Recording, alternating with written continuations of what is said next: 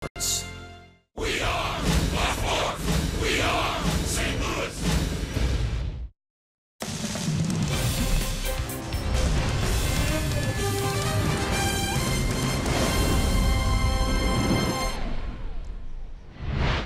This is St. Louis Cardinals baseball, and it's a day game.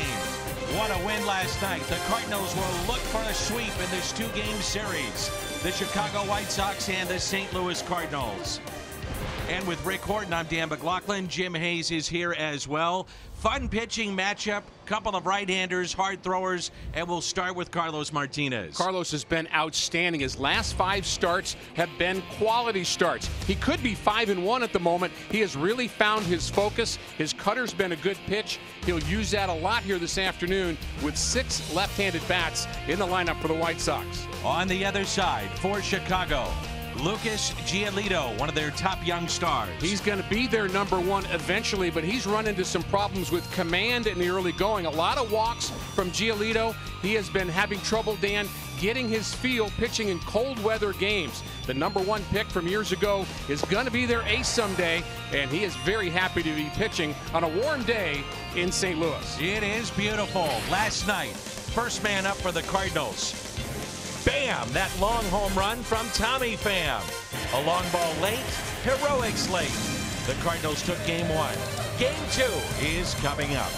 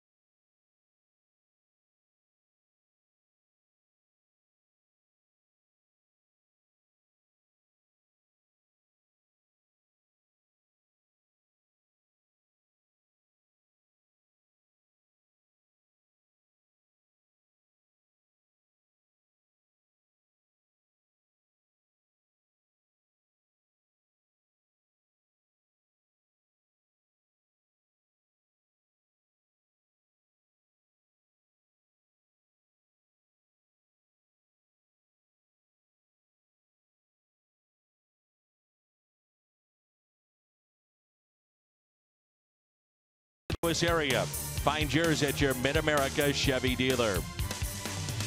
Big crowd today expected for game number 2.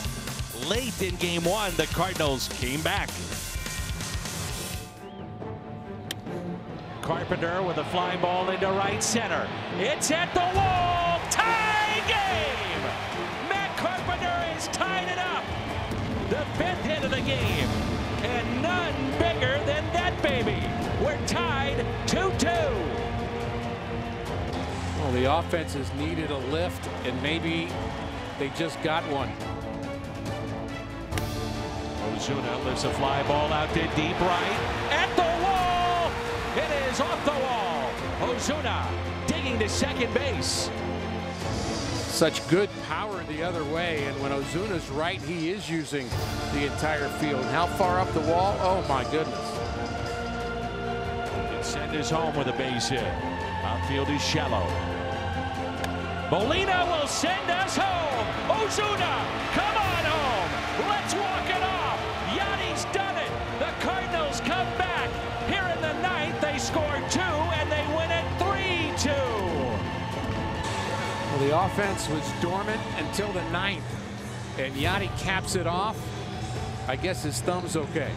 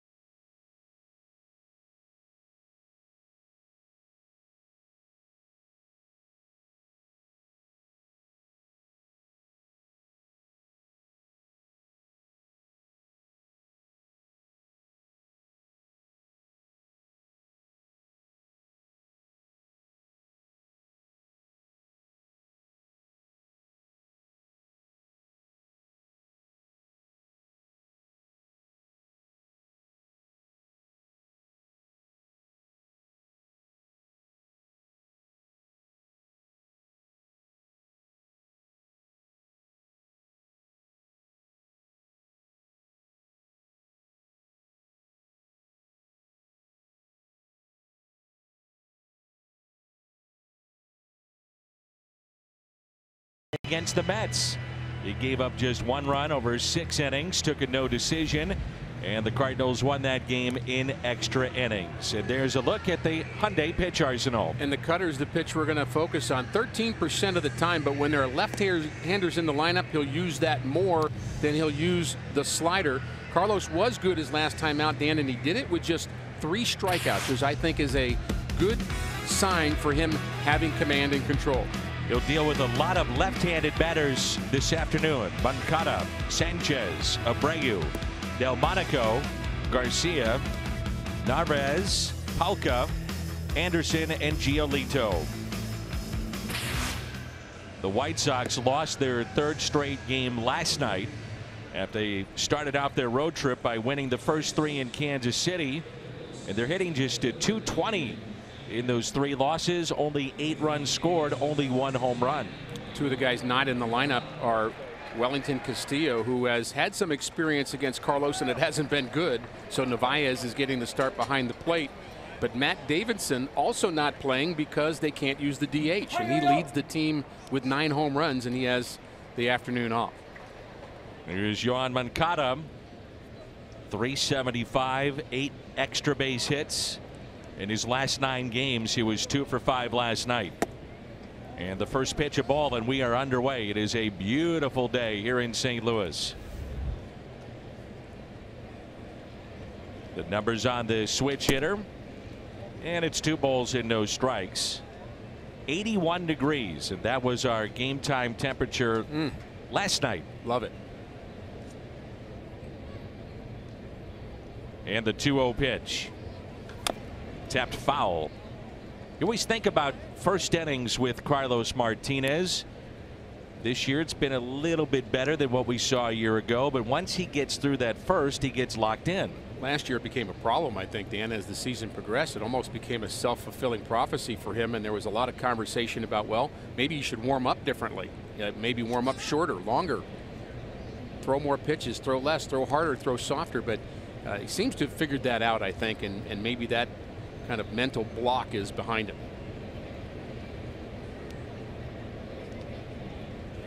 His ERA in the first innings this year, 5.34.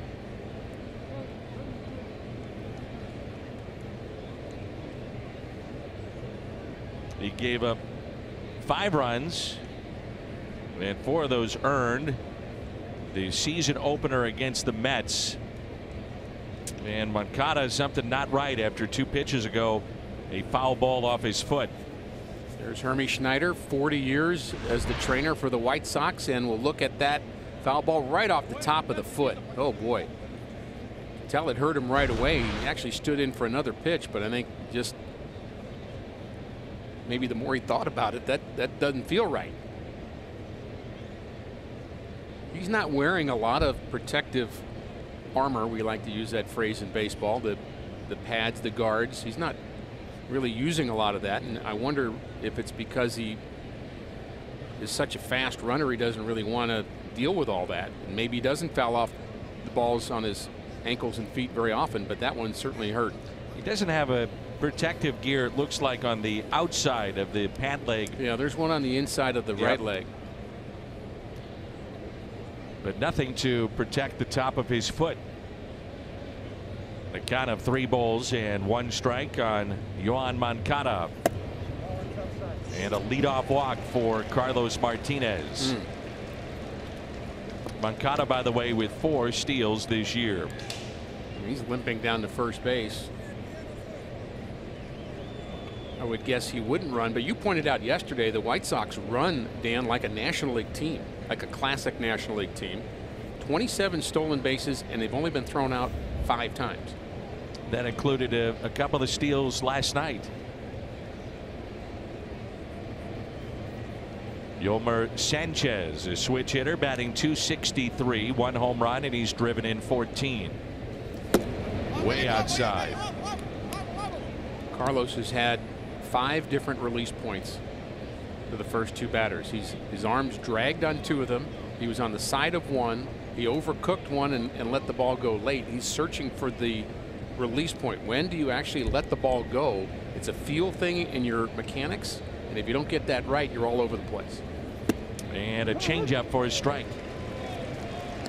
You talked about it in the open. The cutter has become a neutralizing pitch against left-handed batters for Martinez this year. And he may need to throw 1 or 2 of those right now just to get his mechanics right. There are times where you just keep throwing the same fastball over and over again, and you're repeating the wrong delivery. And the 1-1 pulled foul. This is where Martinez has been exceptional the start of this season with runners on base. The average against him is only 145. He's got a lot of weapons, including a 97, 98 mile-an-hour fastball that he holds on to for those situations. If you take it even further, runners in scoring position, they are 1 for 30. That's slapped the other way on a 1-2 pitch. It's backhanded by Ozuna to get it back in quickly, and the first 2 have reached. Sanchez was just 2 for his last 18, but he got a cutter that was a mistake from Carlos because it was away. It wasn't meant to be away, and he came on the side of it just a little bit, and it spins like a cutter, but it just sits out over the plate, and so that becomes a, it may even been a slider, but 83 sounds low for a cutter, so it's probably a slider that just didn't break, which is even worse. Well, we'll see if the numbers continue in the right direction for Martinez. Again, opponents 1 for 30 with runners in scoring position. And a strike to Abreu. He has just 3 hits in his last 25 at bats. One swing of the bat, though, and he'll do some damage. 6 home runs, 4 consecutive years of 25 or more homers.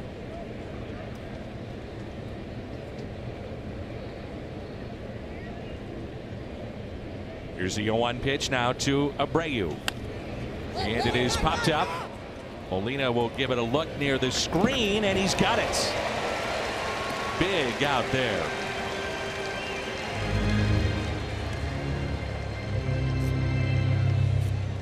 The BJC Healthcare difference maker, the first innings as opposed to the rest of the game so far for Carlos Martinez.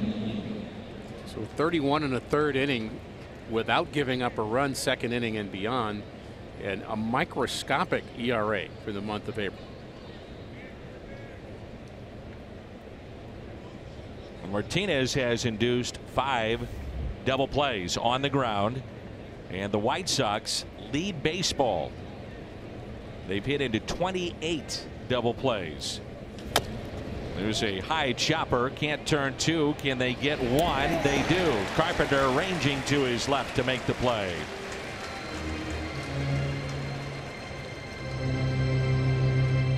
Well, that's a nice play by Matt Carpenter. It looked like they were going to have a team meeting right behind the mound. Carlos got out of the way, and so did Paul DeYoung. I think the only guy that can make that play is Matt Carpenter. And another good pitch from Carlos. I don't want to be hard on him, Dan, but he's thrown 2 good pitches in this inning. 2 quality pitches, the pop-up and that ground ball. So maybe he's figured it out with runners on base. And let's hope so, because he's got 2 in scoring position right at the moment. Leore Garcia, the center fielder. His numbers thus far. Runners at second and third. Outfield is straight away. Off of Martinez. Settles, flips, gets out of an early jam.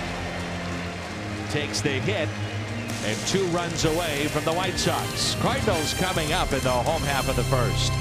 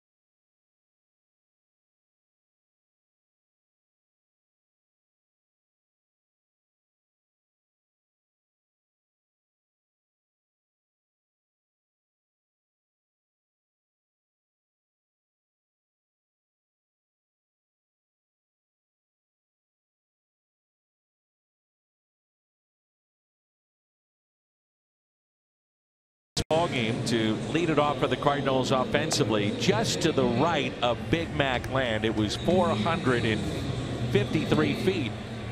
One of the longest home runs the Cardinals hit this year. So Pham at the top, followed by Carpenter. maybe a breakout game for him with a double and a homer. Then Jose Martinez, Marcell Ozuna, Yadier Molina, Dexter Fowler, Paul DeYoung, Colton Wong, and the pitcher batting ninth, and that's Carlos Martinez. Lucas Giolito gets the start today for the Chicago White Sox. 92-93 with the fastball, and as we mentioned in the open, a lot of trouble with his command in the early going. A lot of walks for Giolito. In fact, 21 of them with just 11 strikeouts, but he's just had a hard time getting a feel for the baseball, as I mentioned, in the cold weather. Gave up 2 runs over 5 2/3. A win against the Royals in Kansas City. His last time out on Thursday.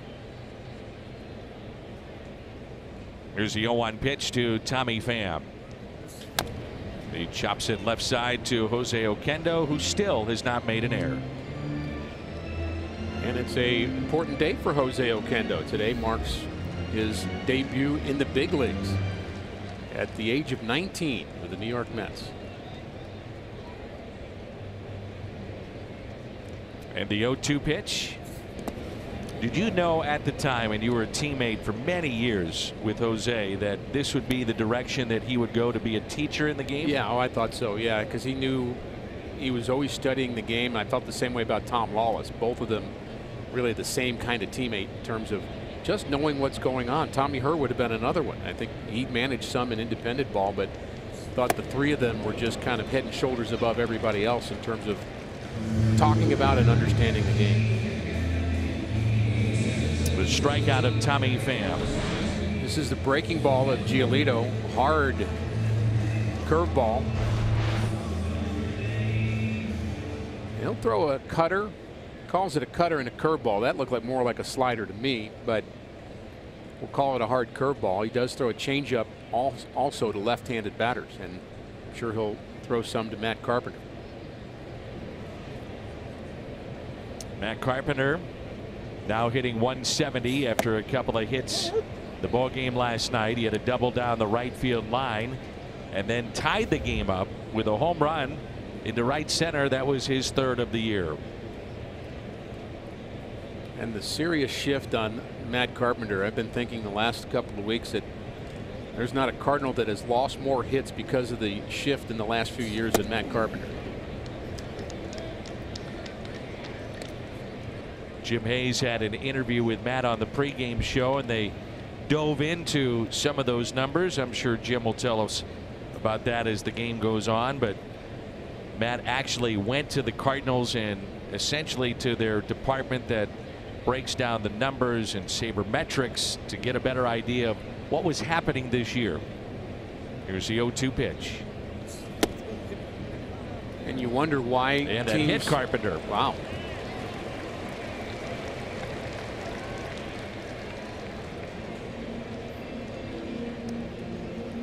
Giolito not sure that happened, but we'll look at it one more time. Maybe just grazed his jersey or maybe his elbow. Huh. And the White Sox, we'll have to take his word for it. Yeah, they're not going to review it, so they think indeed he was hit. First time he has been hit here in 2018. And it brings in Jose Martinez.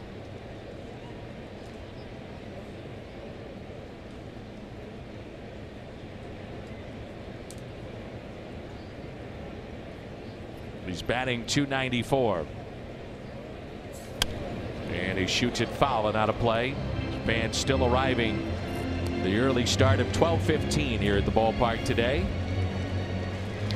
What a great contrast, the way the defense is positioned for Jose Martinez, the batter after Matt Carpenter. I mean, it was a severe shift for Matt, and yet everybody is in their normal position for Martinez. 0-2. And the reason is right side with Abreu holding. And the reason is that Jose will hit the ball the other way often. Martinez in the top 5 of the toughest players in the National League to strike out. And the 0-2 pitch in the dirt. So if you're Matt Carpenter, how do you combat that extreme shift that he's seeing? Well, I mean, it's not in his nature to hit the ball the other way, but that's where the holes are. And I think bunting is something he's tried a few times and will continue to try it. Of course, it's situational too. He's thinking walk, he's thinking getting out, he's thinking on base, but one of the ways you get on base is to lay a bunt down as well. Don't you think too, if you just show bunt, yeah, they've got to respect that, well, and it won't be as extreme. I think they will respect it, Dan, but it's coming from hard numbers as to what you actually do with your outcome. And so you may be like scaring them into thinking you're going to bunt, but you still have to do it every once in a while because they're going to read those numbers, and that's how they're going to defend you. The 2-2 hit left side, could be two. Out at second, the turn, and it's a double play. So the strikeout of Tommy Pham. White Sox don't realize that that's out number 3. It is, and it's a double play.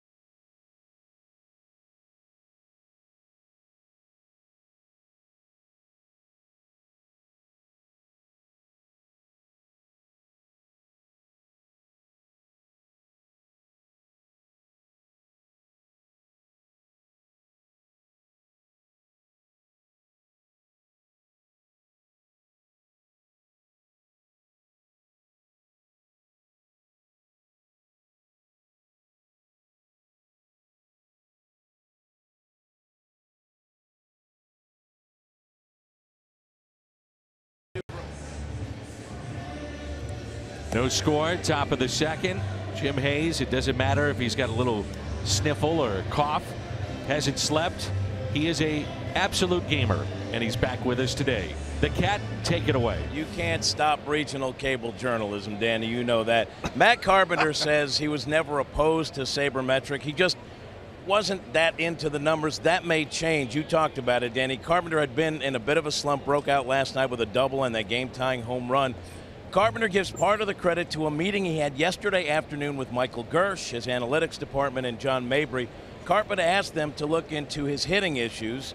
He felt good at the plate, but thought the analytics group could find something that didn't line up with what he's done in the past based on formulas that used where the ball is hit and how hard. They told Carpenter his numbers don't reflect how he's hitting the ball. In other words, he's hitting in bad luck.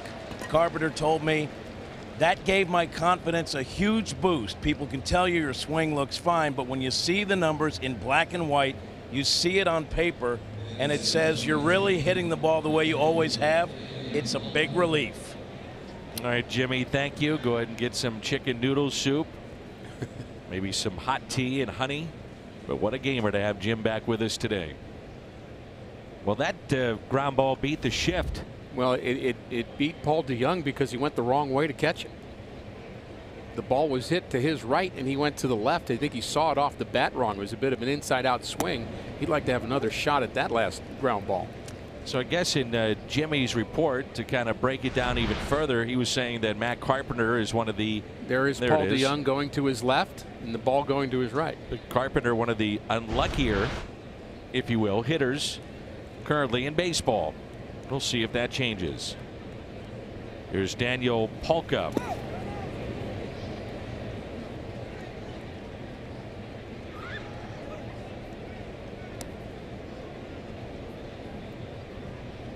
He is the right fielder. And hitting .375, the Cardinals have the conga line, and when Polka hits a home run, they do the polka.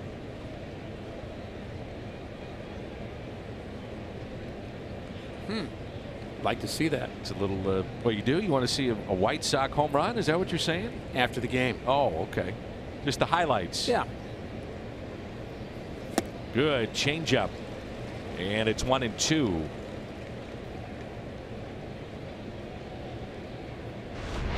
Really good off-speed delivery. Finds his release point much better than he had it in the first inning. Took a little off it. And the 1-2 pitch to Daniel Polka.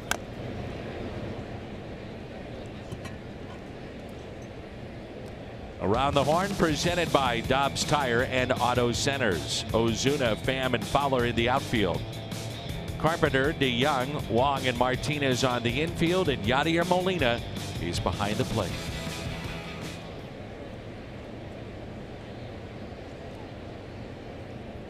Here's a 1-2.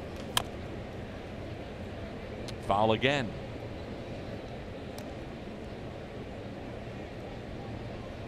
Martinez in the first inning, a walk, a single, and then he got the last 3 hitters out on 4 pitches. Polka had very good numbers in the minor leagues 2 years ago. He popped 34 home runs and hits into a double play. DeYoung to Martinez. Double play for the Cardinals. One of the things that Carlos is working on is getting the arm slot correct so that can help with his release point. In that first inning, he pitched out of it. He got the first 2 runners on because the arm slot was different. It was more sidearm 3/4, low 3/4, and he was releasing the ball too soon. He wasn't getting the ball out front. So you're ending up seeing a lot of pitches that are either pulled to the left or left out to the right. And Carlos seems to have gotten a little bit better command here in the second inning. And now Tim Anderson. And we're talking about, let's say, 1/8 of an inch different, 1/4 of an inch maybe. Hit left side to Carpenter, and Anderson is retired. Another ground ball out for Carlos Martinez. And an 8-pitch inning, there's no score.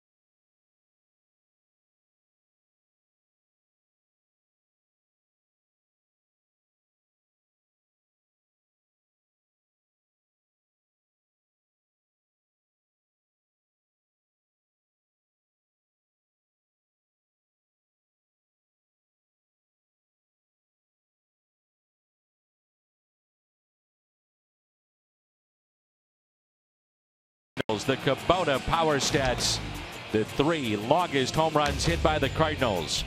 Ozuna, DeYoung in Cincinnati. And then how about last night, Tommy Pham? They've added even a foot to it. It's now at 454. Somebody out there with a yardstick or something? How did they do that? How did they add a foot?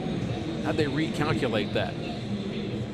Well, they went back, dove into the tape until 5 a.m. this morning and came up with 454, and they added that foot. It was just a slight difference in the miles per hour off the bat, and that gave him an extra foot. So there was a time in this game where pitchers or hitters would complain to the official scorers about a hit or an error. Now we're going to have moments where we're going to actually have a review of home run distance. We might. Here's Marcell Ozuna with the home run that was hit by Carpenter, and then Molina the walk-off hit, but in the middle of that, the double hit by Ozuna to right. It's popped up and out of play. Last night, Cardinals had 7 hits, and 4 of those were extra base hits. All 4 led to the Cardinal runs. Pham home run, Carpenter home run, and then Ozuna Molina back-to-back doubles in the 9th to win it. I think hits to right field, I started to say, Danny, important for Marcell Ozuna, and that could be a key to him. You know, we were told in spring training the reason he became a 300 hitter was he started to use the field, but I think he's gotten a little pull happy, and there's a lot of movement with his body too, instead of staying on the pitch and just driving it.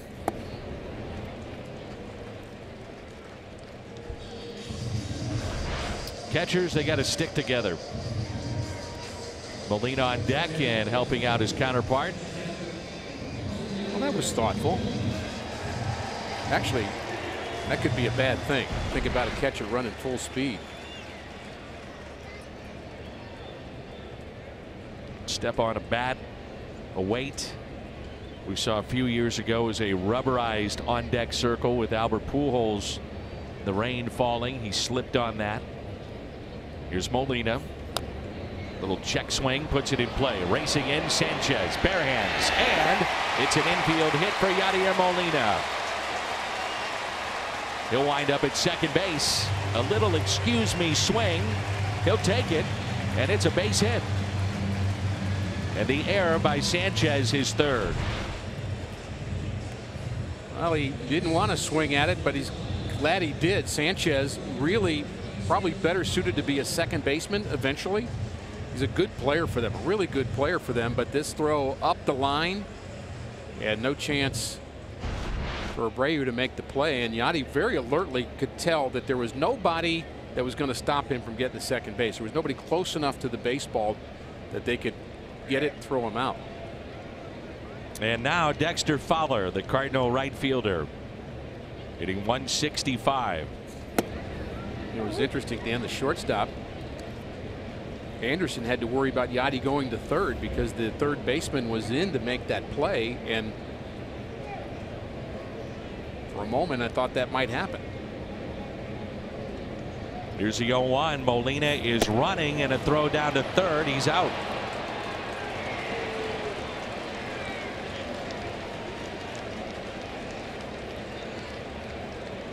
Trying to catch the White Sox napping there, but to no avail, and he's caught stealing. Well, Yadi must have thought he saw something that no one else saw, because if you're going to steal third with a left-handed batter at the plate, you've got to get a great jump, and he's out by quite a big margin.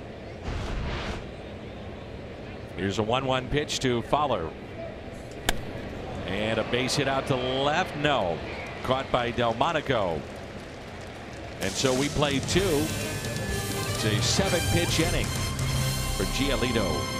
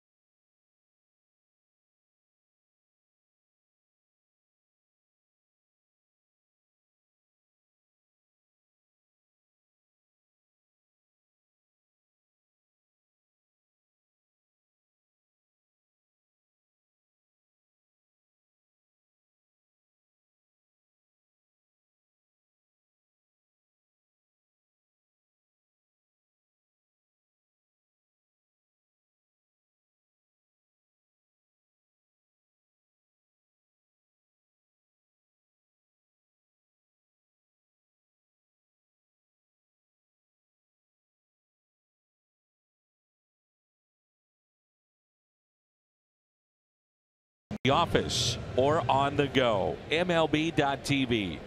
Blackout and other restrictions apply. Visit MLB.tv for details. Lucas Giolito, he's 1 for 4 in his young major league career. National League Park, interleague play, and the pitcher's hit. We say it all the time. It would put, you would think, an American League team at a disadvantage having to sit their DH, but yet since interleague play began in 1998, the American League has had the better of the National League. The 0-2 is popped into the air in shallow right, and there's Dexter Fowler.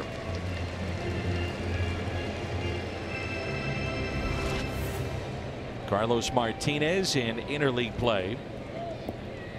Lowest ERA all time, and Martinez 1.83. Teams don't see him. Gets on the mound and he can dominate. Cardinals actually play well in interleague play. One of the few teams in the National League that are above 500. And I think that American League's dominance is played out in World Series too. That's caught by Martinez off the bat of Moncada.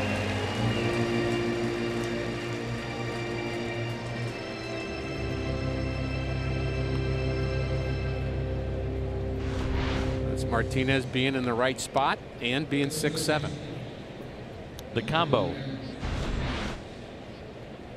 You know, one thing I like about Martinez's start here, and I mentioned it when we were talking about his last start against the Mets, only 3 strikeouts in that game.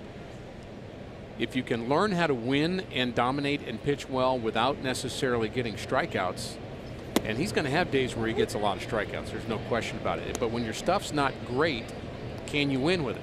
Can you get outs with it? Can you still put up zeros with it? And that's what he did against the Mets.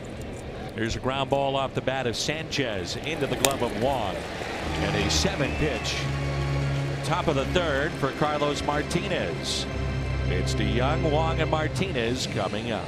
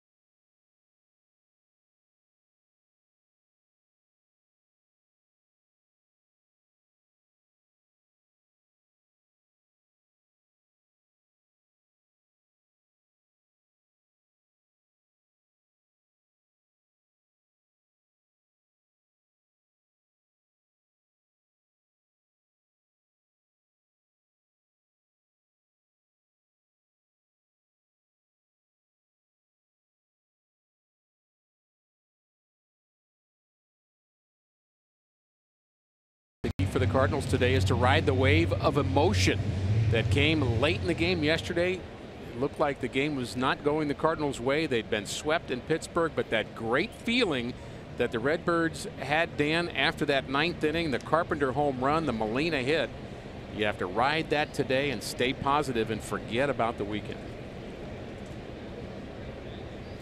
Here's Paul DeYoung.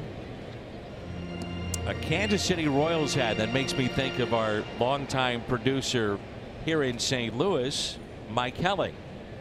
Mike grew up in Kansas City, and then we converted him to a Cardinals fan and produced the games for a number of years. We're thinking about Mike. Hopefully he's watching today.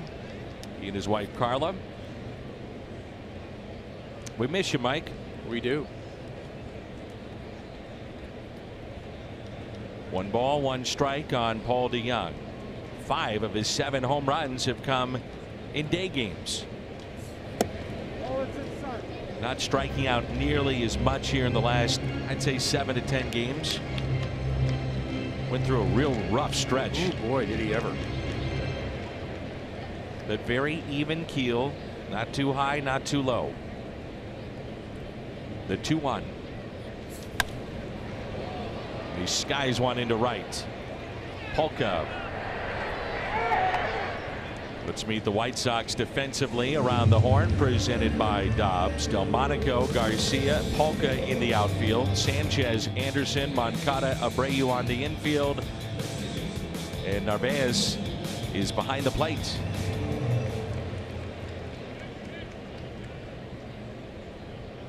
Cardinals have 1 base hit. The infield hit by Yadier Molina. Tried to steal third, was thrown out. It may surprise some as Wong rounds it foul. Molina is 15 for 21 in his career when stealing third base. Take those numbers. A little surprised there's so many.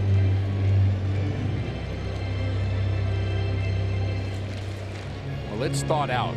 I don't think the result was good, clearly, for Yadi stealing third, runner in scoring position with Fowler at the plate. But I can promise you Yadi had reasons and a plan.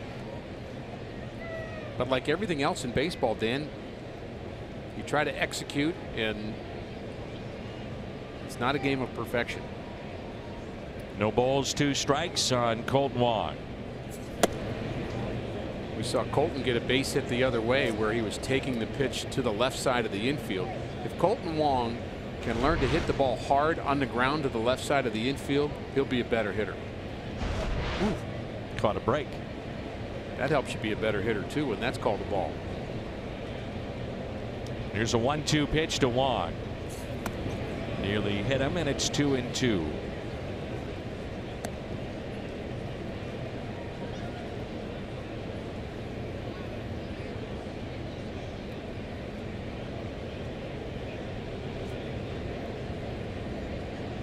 Shift on the right side of the infield. Outfield plays him to pull. And the 2-2. A strikeout. The 3rd of the afternoon for Giolito. Missouri Lottery Fox Tracks. Looked like he was trying to hit the ball the other way. It was a pitch up in the zone at 93. Giolito's been living at 91, 92, but he can, as we mentioned, get it up there a little quicker than that. And with 2 outs, the batter will be the pitcher, Carlos Martinez. It'll be an off day tomorrow, and then the Cubs make their first visit to St. Louis. That'll be on Friday night. All the, let's see, 2 of the 3 games will be on Fox Sports Midwest. Friday and Saturday. Always fun with the Cubs in town. Big crowds will be here this weekend. Martinez puts it in play to short, and Anderson throws out Carlos. It's 4 in a row for Giolito, and that sends us to inning number 4.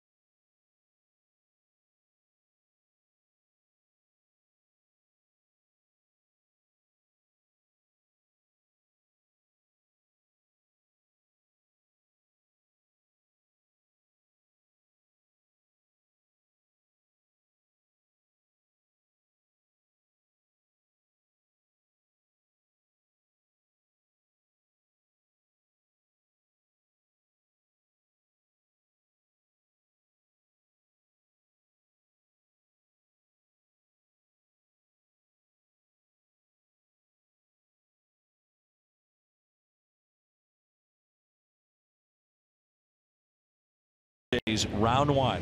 Golf's biggest names compete for the historic Wanamaker Trophy at Belle Reve, one of the great golf courses in all the land, and they've done such a remarkable job to showcase what St. Louis is all about, this community and the outreach programs for kids.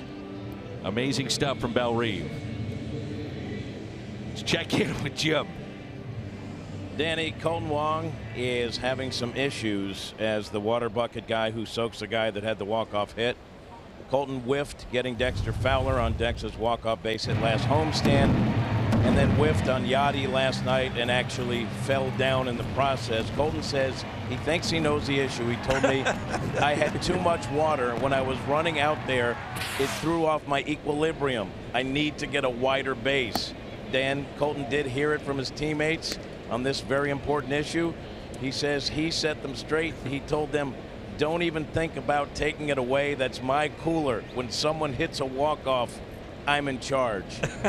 Very serious stuff, Danny. Absolutely. I read that promo and I started to giggle thinking about where this was going. And I guess Colton has heard from a lot of people about this on social media and, you know, throughout town, his teammates. And we saw the video. I started laughing thinking about it. Danny, as you know, and Ricky knows, he played.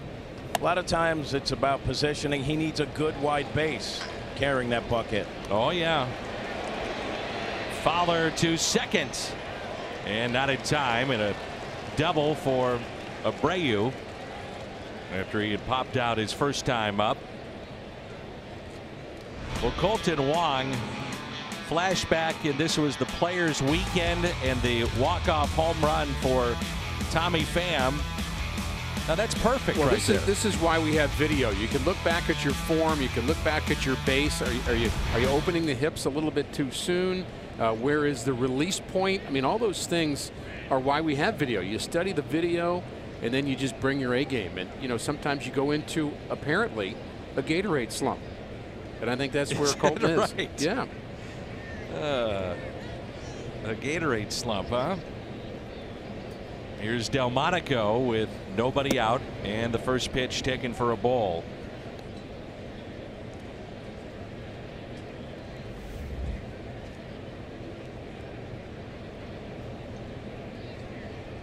I have a question for you, Mr. Horton, and maybe Jim Hayes. Well, he'd probably have the answer. Hey, of course you would. But we can speculate. So if Wong gets the walk-off hit, who's in charge then of the bucket? Kind of like the emergency catcher conversation. Exactly. I'm guessing Garcia, maybe a teammate from college. Maybe he would kind of bestow that honor upon his teammate, but I don't know that. I'm just speculating. And we hate to speculate up here, as you know. The outstanding crew that we have here in St. Louis have chimed in, and they say that Wong was stepping in the bucket. But that's great. Here's a 1-1 pitch to Delmonico, and a grounder just foul. That's why we have the best crew in the business. I like that line.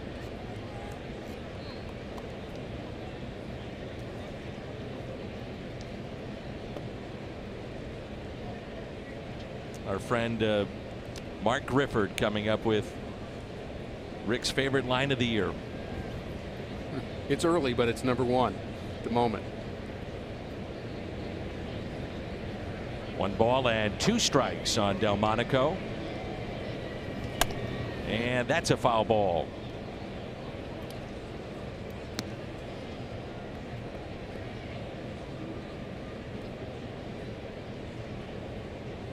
So Carlos Martinez got through the first inning as we update the BJC Healthcare difference maker. Always something to keep an eye on in his starts. First innings. And the 1-2 pitch to Delmonico. Fouled back. Usually when Carlos gets it going in a game, he's good. I mean, he'll keep it going and until he runs out of pitches and the pitch count gets too high and they need to go to the bullpen. But you know, he seems to certainly have settled. But he's got his work to do here with a runner in scoring position and nobody out. DeYoung doing everything he can to keep Abreu close to the bag. And the 1-2 fouled back.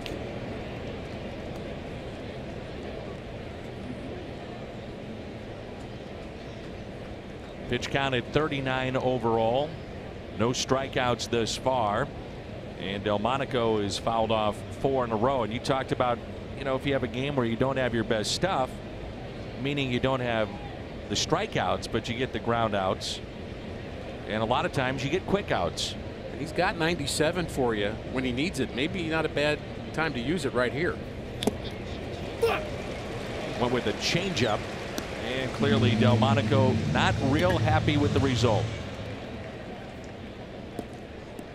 Take a look at our Chevy Fox Tracks. Well, he might have been looking for that fastball, and he got the 88-mile-an-hour changeup down in the middle of the plate with good movement. Location was fine, movement was great, and he sold it well. So you say Delmonico is not happy, huh? You just read it in his face, Danny? I think he may have verbalized it. So 1 out and a runner at second base. And here's Garcia. And a strike.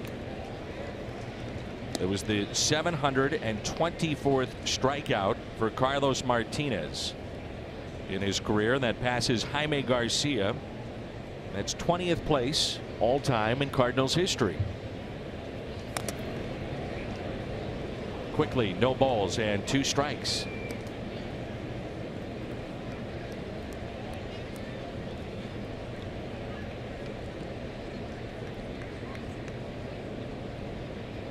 I might, just for the fun of it later, see if I can, off the top of my head, think of who those 20 are,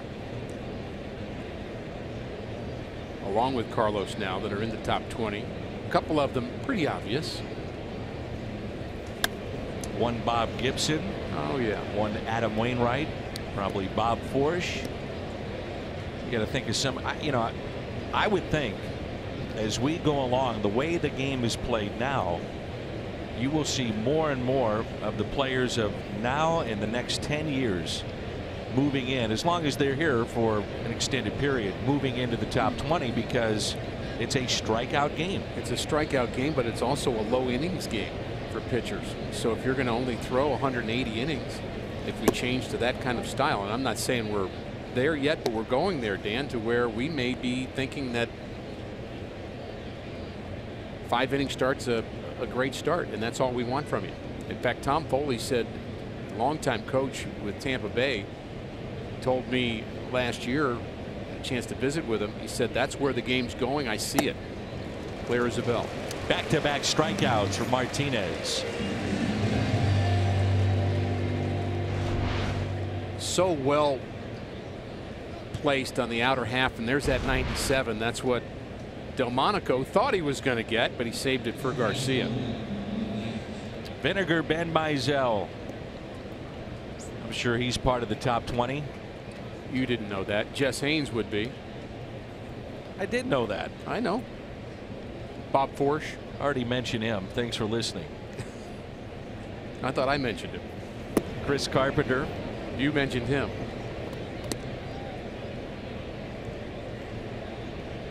Dizzy Dean. Harry Brackeen. How about one of the Cooper brothers? Mort. I'd say he's 18th probably. Just off the top of my head. Let me look it up. 18. Wow. Incredible. You are a walking Cardinal encyclopedia. Wild Bill Hallahan. Let me think. 12. No. Wild Bill. I remember 14. Let me look. 14. Pretty good. Here's a 1-1 pitch to Narvaez.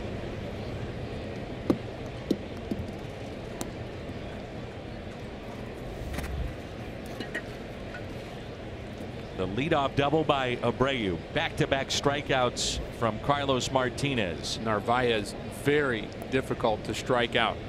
as a switch hitter, or I'm sorry, from left side. Last year, he walked almost as many times as he struck out. In fact, he had more walks and strikeouts for most of the year.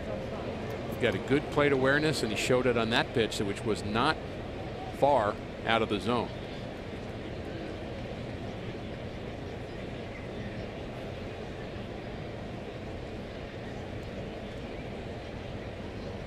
Two balls, two strikes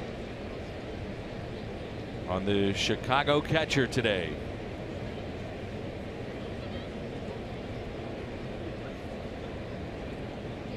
Long look by Carlos Martinez. He struck him out, and he strikes out the side. The White Sox 0 for 6 with runners in scoring position today.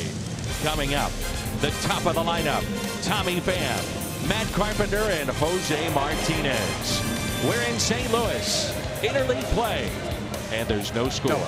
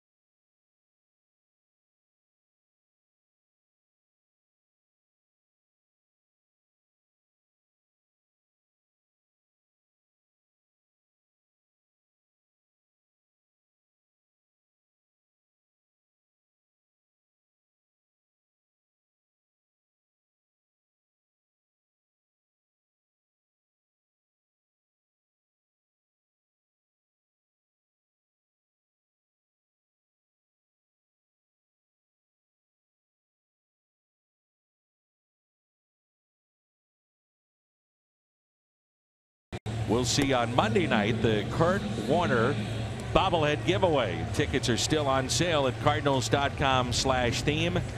Minnesota will be here, and Kurt Warner will be as well. That'll be Monday, cardinals.com/theme. Wonderful theme nights throughout the year. Megan Eberhardt, our promotions director, Cardinals, does a great job trying to find different ways to bring folks to the ballpark.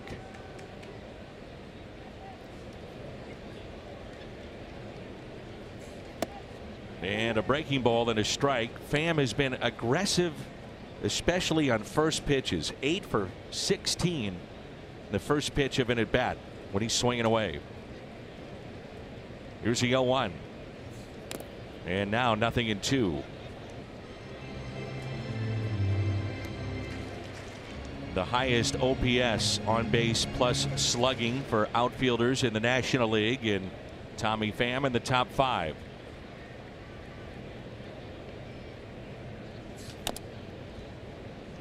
Bryce Harper was on that list, and amazingly, to go along with the OPS and the home runs, Ricky already with 38 walks for Bryce Harper. Here's the 0-2. It's on an underachieving team, in my opinion. They're 14-16. They have won their last 3 games, but I think the Nationals, at least from what I saw in spring training and what they did in the offseason, I thought they were going to be the favorite to win the National League. But you still have to play them, as we know. Inside, and it's 2-2. The Mets are my pick coming out of spring training to be a better club, if not surprise people and win that division. But I was counting on Matt Harvey being a part of the rotation. Oh, yeah. Now he's a disgruntled part of their bullpen. You bet. A strikeout number 4 for Giolito. Twice he has gotten Tommy Pham. Well, Giolito was a player that came out of Hollywood. He grew up in Hollywood. Both of his parents are actors, and he's playing the part of a #1 starter here this afternoon, and he's playing it very well. He has faced the minimum thus far. Hit Matt Carpenter back in the first inning. Carp was erased on a double play. Molina reached on an infield hit, tried to steal third, was caught stealing. And a strike. And let's go back to what you were talking about earlier in ground balls and everything going to the right for Carpenter. This is a spray chart. That's what this is called. So if you see all those numbers on the right, 41% of the time he's going to hit the ball right down the right field line, and 28% of the time. That's why the defenders are where they are, and that's what we're talking about in terms of a shift that has hurt a player like Carpenter, because that's where he hits the ball. He's going to pull the ball a lot. Now I will say, when a guy has power, sometimes you just go ahead and just try to rip it right into the shift. But if you're a singles or doubles hitter, you need to find a way to use all fields. But that is why there are 3 men on the right side of the infield, because that spray chart does not lie. And with 2 strikes, third baseman Sanchez backs up near short. And the 0-2. He struck him out. Back-to-back strikeouts. 3 of the last 4 and 5 today for the White Sox right-hander. Looked like he did try to hit that ball the other way, or he was a little late on it, one of the two. So when we talk about shifts, Dan, and we talk about the sabermetrics or the numbers that feed into that, we thought we would draw you that little diagram. In fact, I spent a lot of time today drawing that diagram for sure you. You did. I hope you're thankful for it. But every team gets all that information on every player. So when you have a defense meeting to start, or a team meeting to start a series, those numbers are available for all the defenders, and a guy like Jose Oquendo will say, here's why, Paul DeYoung, I want you to play up the middle against Abreu. And he'll show him a chart like that, and he'll sell it on him, and that's why hitters are tried the launch angle and try to hit the ball in the outfield. They're hitting into too many outs on the ground.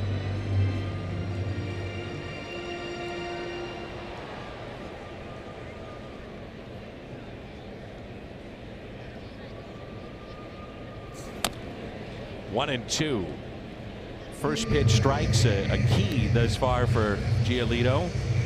He's gone 10 of 12 first pitch strikes, pitching ahead in the count. It's why we always bring it up. And we talked about him being better, perhaps, and the White Sox folks told us he'd be better because it's 80 degrees instead of 38 degrees, because he had no command, no control, no changeup, no curveball. And that's why you walk guys. And a swing and a miss as he strikes out the side, and that's 6 today for Lucas Giolito. No score.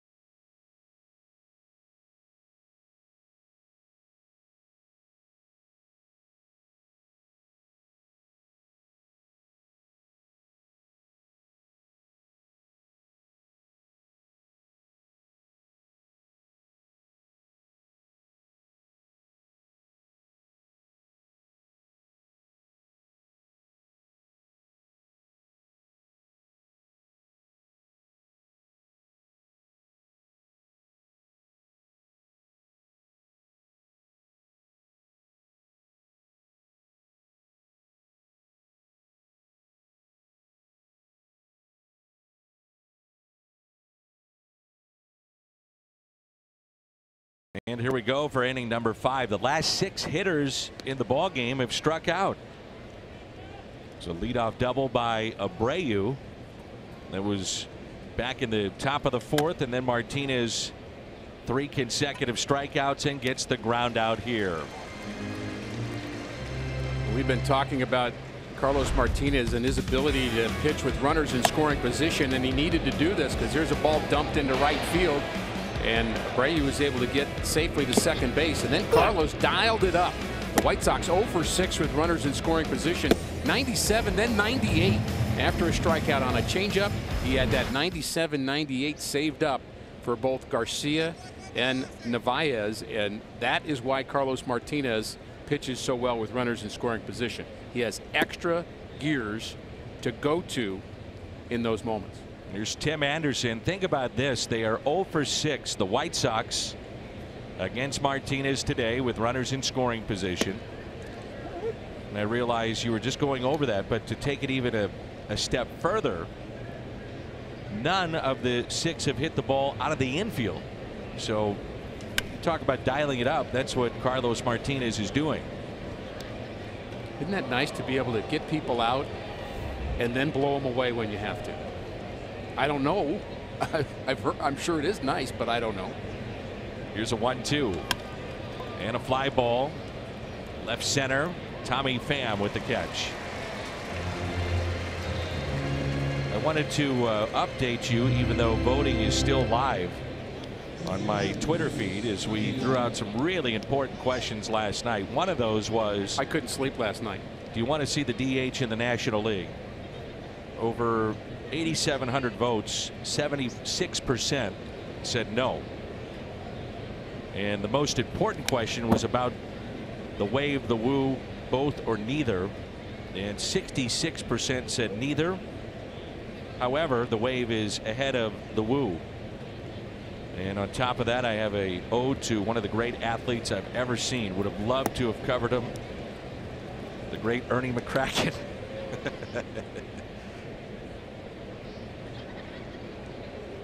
You were busy on Twitter this morning, weren't you? Counting up all those 8,700 votes? Absolutely. Did you ever meet Ernie McCracken? No, never did.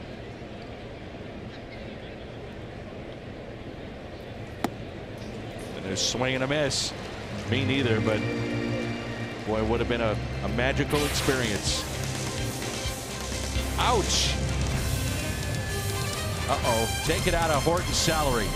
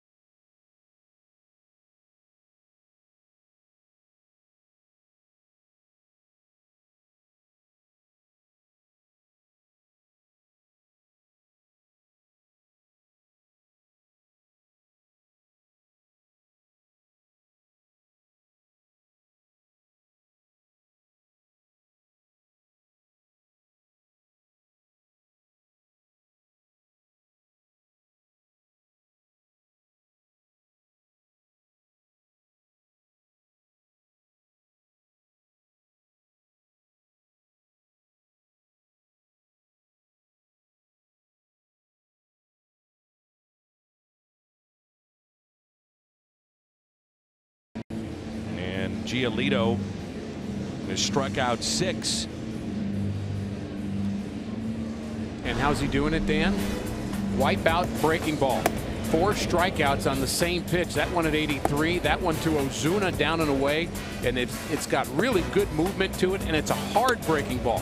And you can call it a hard curve, you can call it a slider, but it's unhittable at times here for the Cardinal batters. And I don't know what you do with that pitch. You can try to take it to right field, but that would be a very hard pitch to center because of the tilt that it has going both down and away. Giolito, by the way, his career high in strikeouts, 15. Check that, 10 for Giolito. And already with 6 in 4 innings. Here's Marcell Ozuna. We talk about how you're taught the game and then you teach the game as you get older, or as a older player you embrace a younger player and try to help them along. John Mabry has talked about what Willie McGee did for him. That's deep in the hole and a long throw. Wow, what a strike that was by Anderson. And then John Mabry took that knowledge and how he was treated and passed it along to Joe McEwing. And McEwing is there on the right, Mabry on the left. And Joe wears number 47 to say thank you to his buddy John Mabry. But you think about how the game is passed down from generation to generation, or in this case player to player, and what a way to honor a friend and wear his number. A lot of influence goes on, not just from management down, but from peer to peer, and that's a perfect example of that. Joe McEwing, by the way, was one of those names that was mentioned when the Cardinals were talking about hiring a manager 7 seasons ago, and he was, as a coach, and he's been very well thought of, and at some point he will be a manager. Interviewed for the job. He did. There's Yadier Molina. Infield single, then the air by Sanchez. Ground ball. Anderson again whips it over to first. What a strong arm he possesses. Pretty good arm for a guy that we mentioned yesterday didn't play baseball until he was a junior in high school and had a chance to play basketball at UAB. Yet said, oh, I think maybe I'll try baseball and be really good at it and be in the big leagues in a few years. And he's really good. And now the shift on here for Fowler. The first of 6 Academy Sports and Outdoors autograph nights is this Friday. Current player will sign for fans 15 and under. Tom Lawless, Kyle McClellan will sign for all fans. It'll be in the new Budweiser Terrace at Busch Stadium. Visit Cardinals.com/promotions. It's a shame that Tom Lawless is not coaching or managing somewhere. Oh boy. Great baseball man. Tom has had a lot of positions. He could teach base running, he could teach defensive play, and of course he managed many of the Houston Astros that are now in the big leagues, and at one time was a coach. He coached Albert Pujols in Peoria as a manager in the Cardinals minor league system years ago. I wonder if Tom ever felt that this great slugger that's coming along in Albert Pujols would be now on the cusp of 3,000 hits and maybe set the all-time home run record. I don't think he thought he was that. He knew he was good. Yeah, but Duke could hit. And Fowler pops it up left side. That's Sanchez. And he puts it away. And Dexter is 0 for 2. 8-pitch inning. She's dressed up and ready for her Cardinals.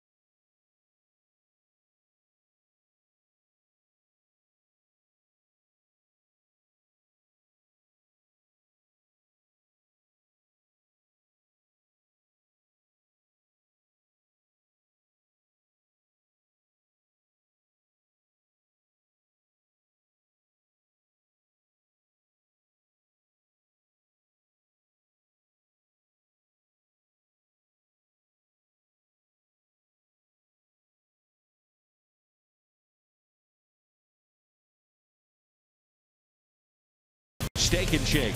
Mix and match any twofer items for just $3. Better burgers, better prices. Steak and Shake. Folks out in the bleachers enjoying the sunshine and a beautiful day here at the ballpark. Along with Rick Horton, I'm Dan McLaughlin. Jim Hayes is here as well. A pitcher's duel. 3 hits for the White Sox, just 1 for the Cardinals. Boy, and if not for the 9th inning last night, we'd probably be focused more on just the 1 hit by St. Louis, as they were nearly no hit on Sunday. Yesterday it was quiet until the 9th, and today just 1 hit.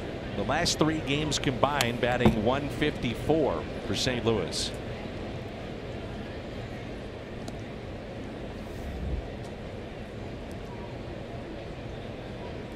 Moncada, a walk back in the first and a soft liner that was picked up by Martinez.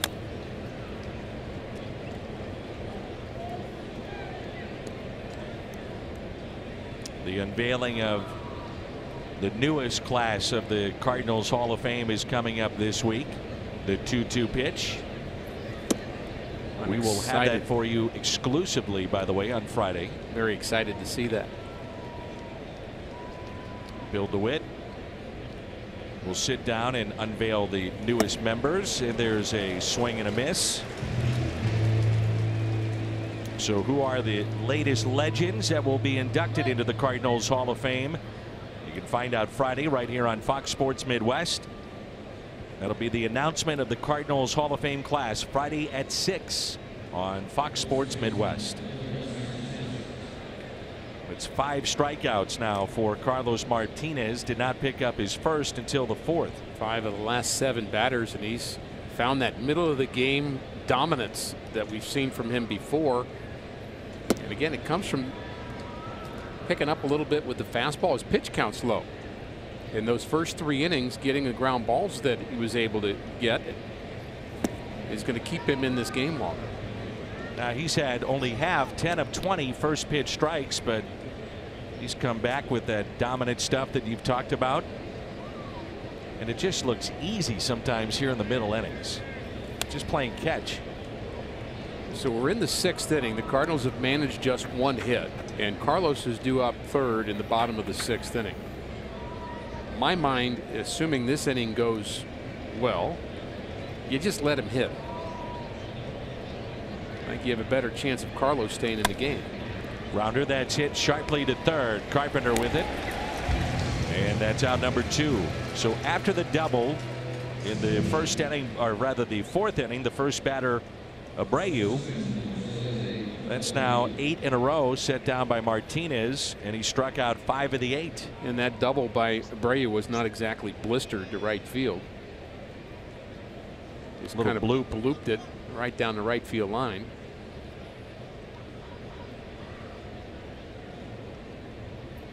I'd say Carlos has found his release point. He's allowed just 1 run in his last 24 and 2/3 innings pitched. 2 balls and no strikes.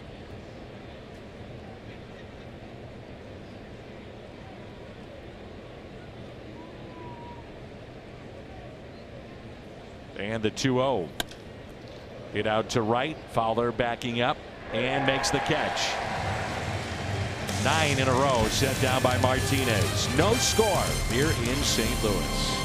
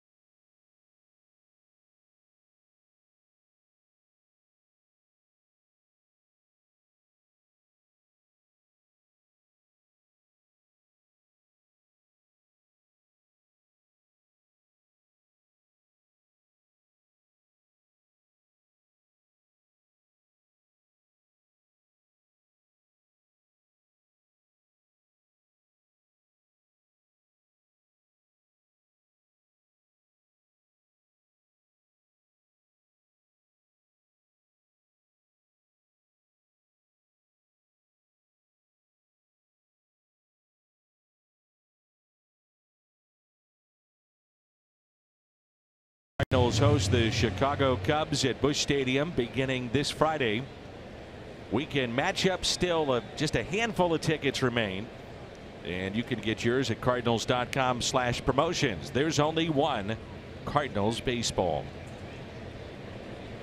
7, 8, and 9 for St. Louis in the lineup, and a strike to Paul DeJong. I enjoyed, as I always do, Jim Hayes' interview after the game. He had Matt Carpenter, who hit the home run in the 9th inning, and I know where you're going with in this. one of Matt's answers, he said, well, you know, we're trying to do our best here against the White Sox, and then we also know that other team from Chicago is coming here. The players love it as well. Yeah, I thought that was great for Matt to recognize that. We know the fans do, and the players do as well.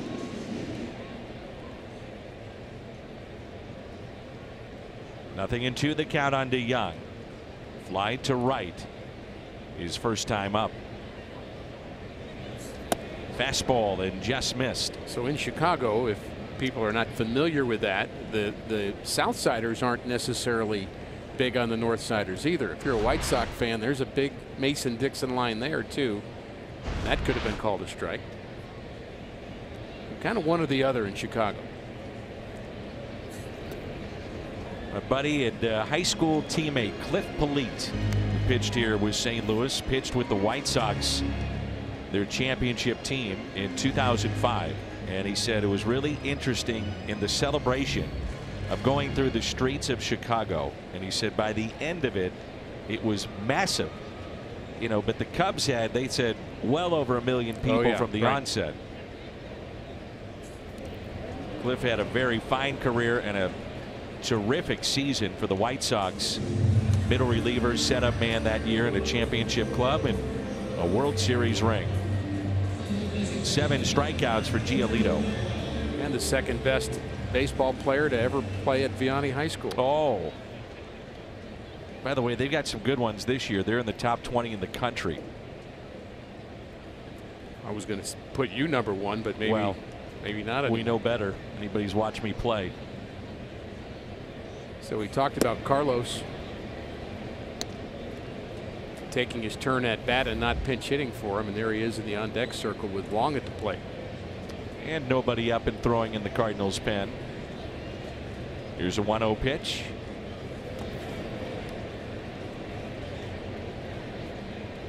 .73 pitches for Carlos through 6 innings, and he's reached a 2-ball count only 3 times.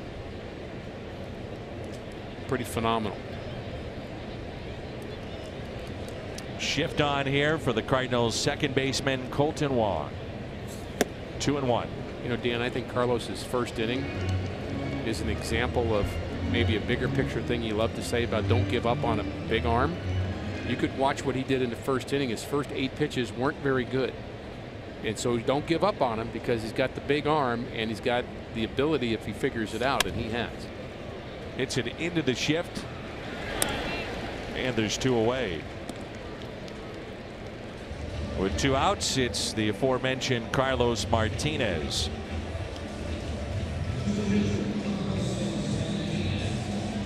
Well, if you want pitching, you've got it today. Giolito has matched Carlos Martinez. It's now 12 in a row for Lucas Giolito. So normally in a game like this, 1 swing of a bat or 1 misplay is the difference in the game. You get down to the point where you've got less than 10 outs to get.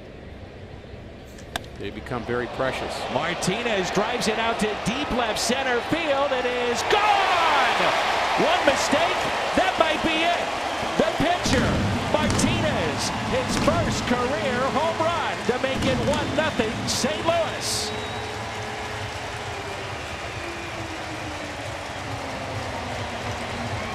Boy, am I glad they didn't pinch hit for him.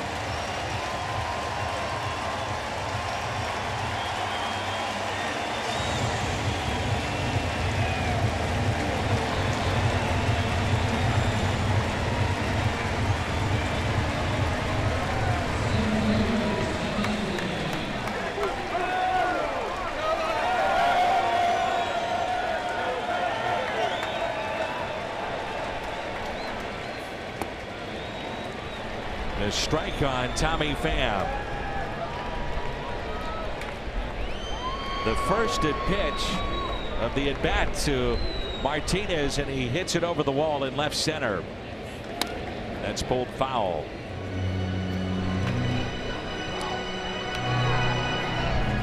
Well, if they were still throwing cups of water in the faces of home run hitters, it was always Martinez at the tail end of that. You have to wonder now who throws the water in his face. Matt Carpenter's probably dialed up and ready to roll.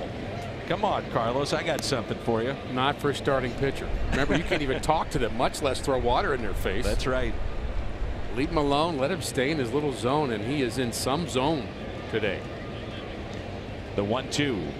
And a very subdued celebration from Carlos Martinez in greeting his teammates. 407 feet. Wow. For Martinez. That is a deep part of the ballpark. No way. Did he? Did he? Did he? Yes, he did. You know, one thing that we've not gone back to, Dan, not only has Carlos dominated pitching, hit a home run for the only run in this game, but he made a defensive play in the first inning that perhaps saved a run or two. The 3-2 and on the hands of Tommy Pham. There's no doubting he is an exceptional athlete. He's one of the faster runners, fields his position. He can throw 100 miles an hour, as we've seen. Before too long, we're going to be talking about a no-hitter. I really believe that. Yeah. And a walk on a pitch down and into Tommy Pham, and he's on base for the first time. Made the same comment, Dan, on the road that Carlos, I think, will throw a no-hitter this year, and I think the cutter is the reason why. I think that's given him an extra weapon. He's already kind of this Superman, but he's been given an extra power with that cutter, and he's going to dominate a lineup sooner or later, and he's doing it really today, giving up 3 hits, but he's dominated this White Sox lineup. Well, you see the home run allowed by Giolito to Martinez, and then the walk to Pham. I'm sure Lucas Giolito's thinking, all right, maybe groove one, get a ground ball, get out of the inning, I'm rolling, and all of a sudden, bam, the home run hit by Carlos Martinez. He was ambushed. He did not see that coming. Then the first walk to Pham, who has stolen 5 bases this year. He's leaning towards second, not running. And the pitch taken for a ball by Carpenter, who's 0 for 1, was hit by a pitch back in the first.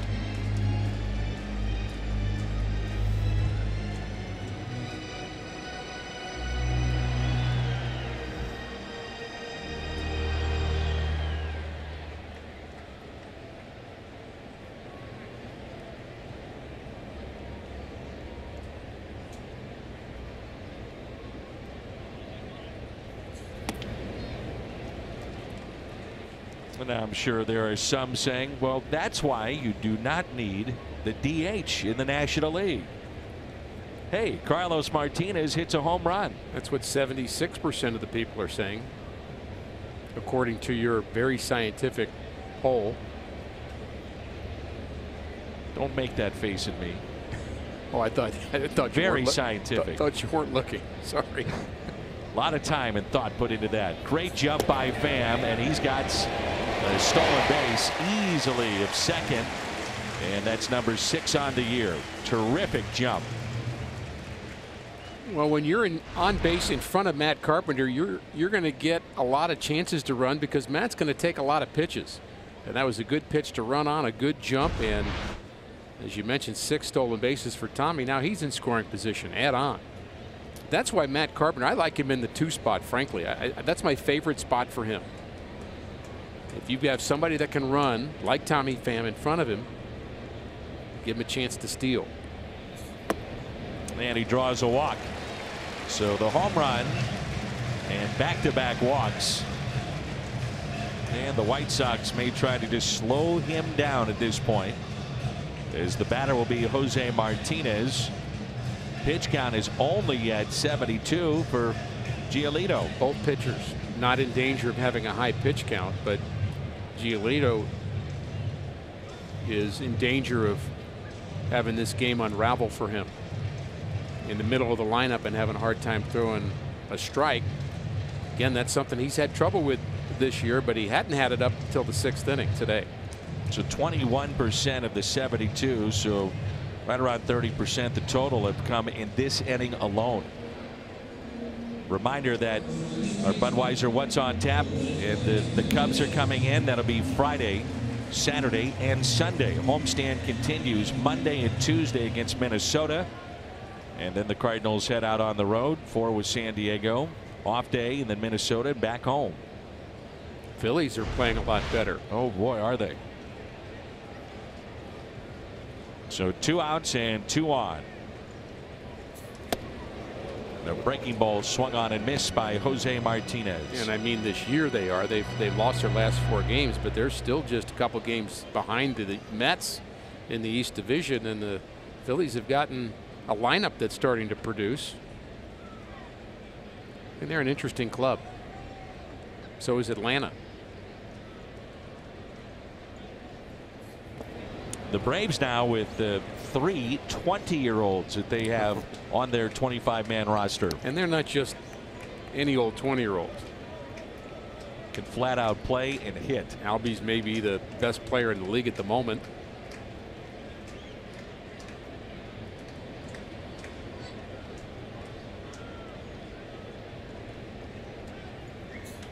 Put in play by Jose Martinez across the diamond. And Abreu steps on the bag. Well, sometimes you have to do it yourself, and apparently that may be the case today for Carlos Martinez. On the mound, at the dish. First ever Major League home run. 1-0 as we head to the 7th.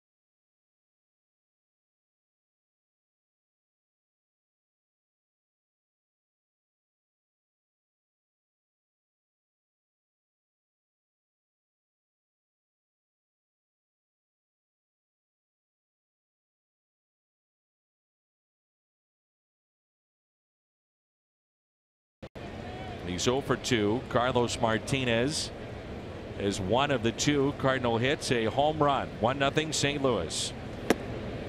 And a strike to start play here in the 7th inning. He's allowed just 3 hits.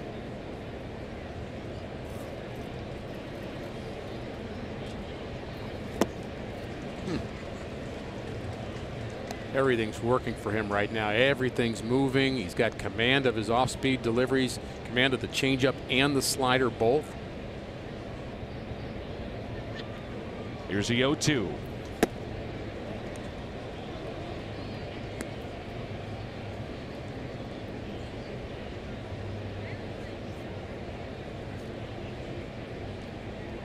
And the 1-2 pitch. Broke his bat. Softly hit. Carpenter. One away.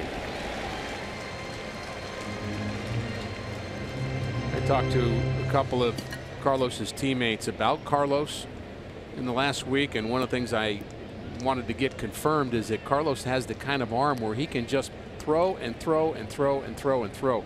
If there's any pitcher that could pitch a complete game and come back and throw the next day, it would be Carlos. He has that kind of arm where he just doesn't seem to get tired. Now, pitchers will get tired and their body will get tired after pitching for a couple of hours. That's going to happen. But in terms of his ability for his arm to come back, he throws free and easy. He just seems to have, you know, players used to call it a rubber arm. It just seems like it's just not going to ever wear out. And that's how I feel about Carlos. That's part of his durability, Dan, is he has the physical capacity to just throw a lot and not seem to be affected by it.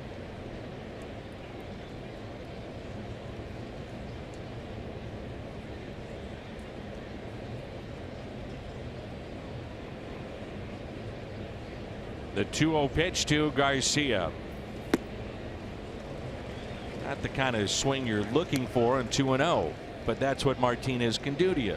Because it wasn't the kind of pitch he was looking for. Right. 2-0 in a 1-0 game. He was looking fastball and got the cambio. Little changeup. And now it's 2-2. Well, both have been very good here today. Lucas Giolito, Carlos Martinez, and the starters comparison. Both dominating. Pitch counts low. The 2-2 out to shallow left, and it drops in front of Ozuna. Keep an eye on Garcia. 5 stolen bases this year. That ends a streak of 10 in a row for Martinez. Leore Garcia was their hottest hitter coming into this game, an 8 for his last 17, and struck out with a runner in scoring position in the 4th inning. But that was a good piece of hitting there, taking the ball the other way. Narvaez, the catcher, another left-handed bat, singled against the shift back in the 2nd inning and struck out. 1 for 2. He struck out right before I said he never strikes out. It's the announcer jinx. So let me try again. He rarely hits into double plays. That's probably not even true. I'm just saying that. Just seeing if it works, Danny.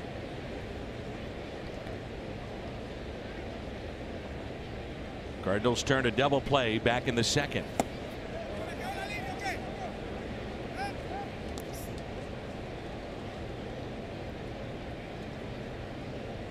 See a game like this, you think about Bob Gibson in 1968, where he could have had 30 wins at least, where the offense just didn't pick it up and he had to do it himself. I was thinking about Bob Gibson myself between innings, because I was thinking about this being a Gibson-like game. Yes. You hit a home run to help your own cause. That's my point. Here's a 1-0. 2 balls and no strikes.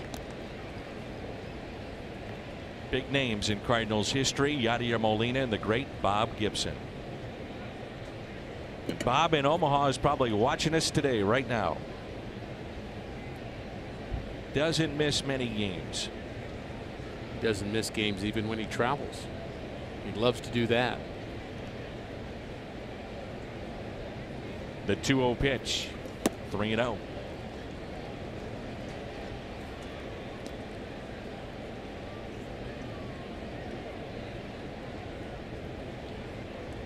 The first 3-ball no strike count for Carlos Martinez today. Pitch counted 85.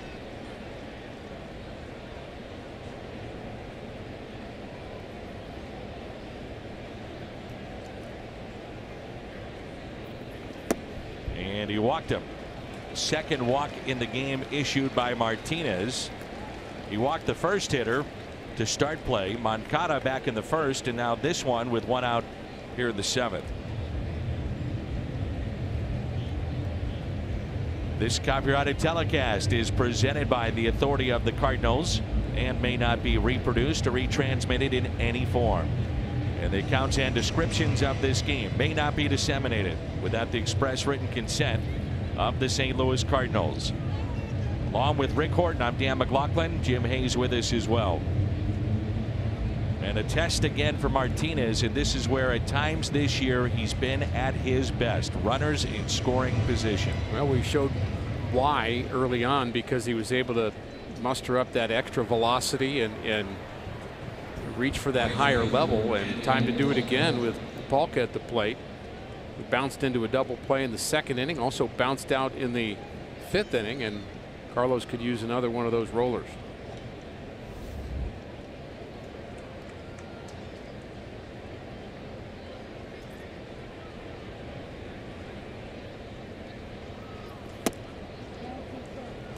Just missed.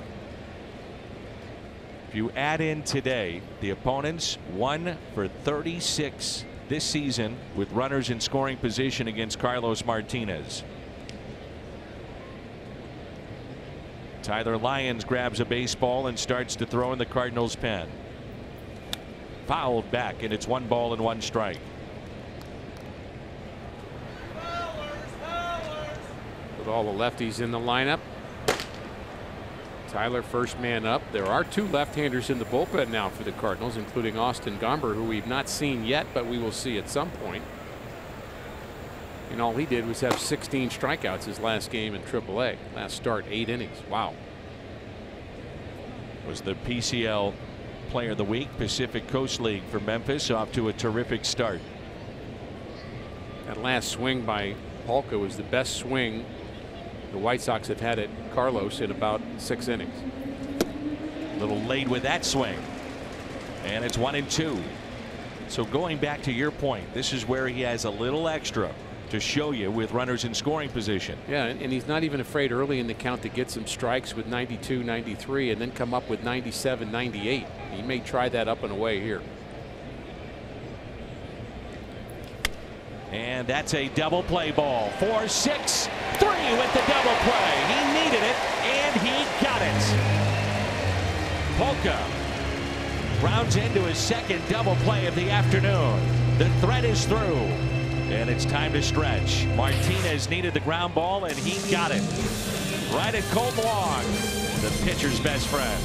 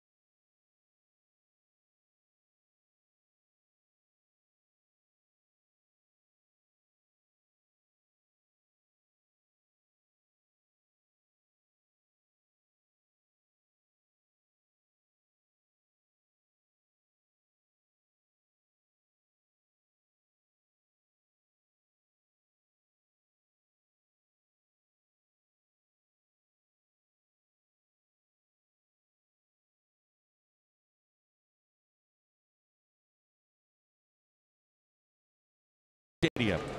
That'll be on May 17th. That's a Thursday. If you purchase a special theme ticket, you get an exclusive Cardinals soccer jersey. Soccer night tickets at cardinals.com/theme. It's the Honda home run inning. Cardinals hit a home run. The Gateway Honda dealers donate $1,000 to the Make-A-Wish Foundation of Missouri. Ozuna with a fly ball on the first pitch, out to deep right center, and the catch is made. Notice the ball's carrying more now that the weather's warmed up a bit. There are a lot of balls hit like that that didn't come close to getting to the warning track. So Ozuna didn't miss that one by much.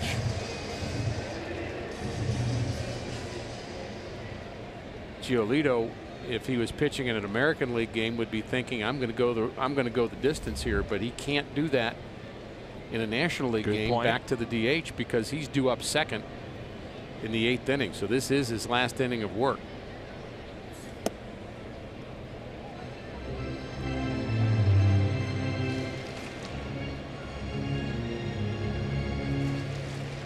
One out, nobody on. 1 ball, no strikes on Yadier Molina. That's fouled back. Fox Sports Midwest proud to support Yadier Molina's Foundation for Flavors of Puerto Rico, presented by Rums of Puerto Rico. Proceeds will benefit victims of Hurricane Maria.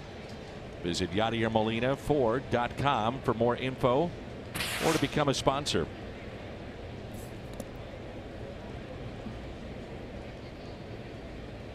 The last pitcher to homer for the only run and then go the distance, a 1-0 shutout. Bob Welch did that. He was with the Dodgers at the time in 1983, and he did that against the Reds. Homered off of Mario Soto, the 2-1 pitch. Bob Gibson, many of you know, had 24 career home runs. And he had 21 games in which he logged the win, but none 1-0.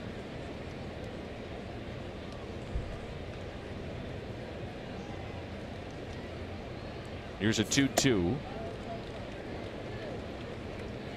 July 17th, 1955. Harvey Haddix hit an RBI triple, only run of the game. That's the last time a Cardinal pitched a shutout and drove in the game's only run. And there's a base hit for Molina as he serves it into right field, and a 2-hit day.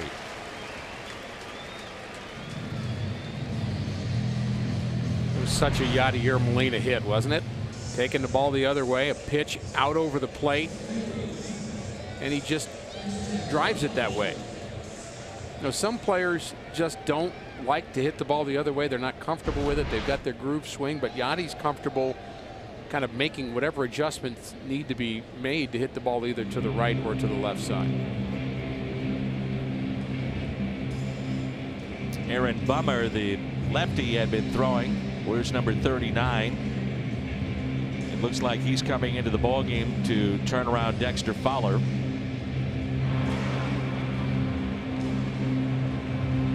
Or is he?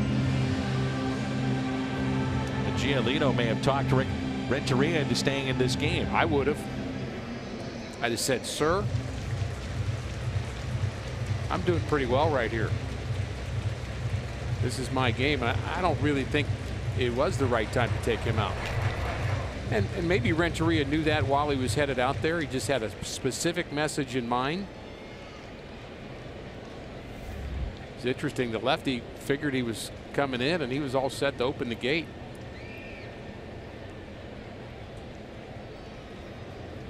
One run on 3 hits, working in the 7th inning with 82 pitch count. So 1 out, runner at first. Fowler is 0 for 2. And I'm sure if you're Rick Renteria and the coaching staff, you appreciate the fact that the young man wants to stay in the game too.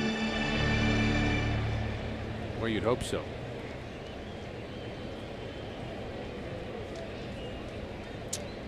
And the next two, Fowler. You know what you're really programmed to do, Dan, is to put that game face on, like, no, it's my game, no, it's my game, I'm really good, I'm really good, and then when they take you out, say, phew, probably a good thing. Because you have to kid yourself. Right. Dave LaPointe used to say, don't ever ask me if I'm tired because I'm going to lie to you. and I'm not meaning to lie to you, but I can't be thinking about how I feel and whether or not I'm confident or not, because pitchers don't think that way. Hitters can't think that way. You have to think positively until it's all over, and then realism sets in. A hitter's count. Let's see if Fowler can't do something here. 2-1. He's in a tough stretch right now. He's 4 for his last 44.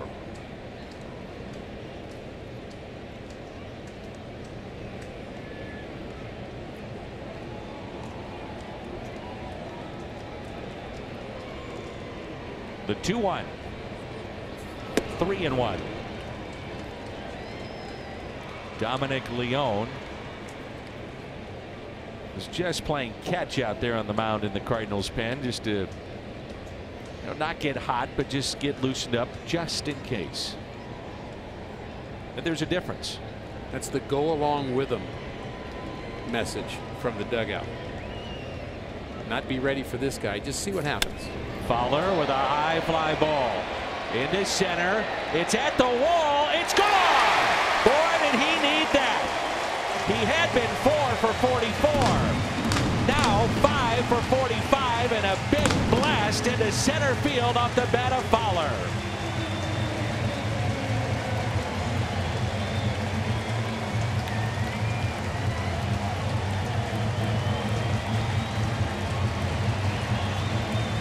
Career home run number 100 for Dexter Fowler.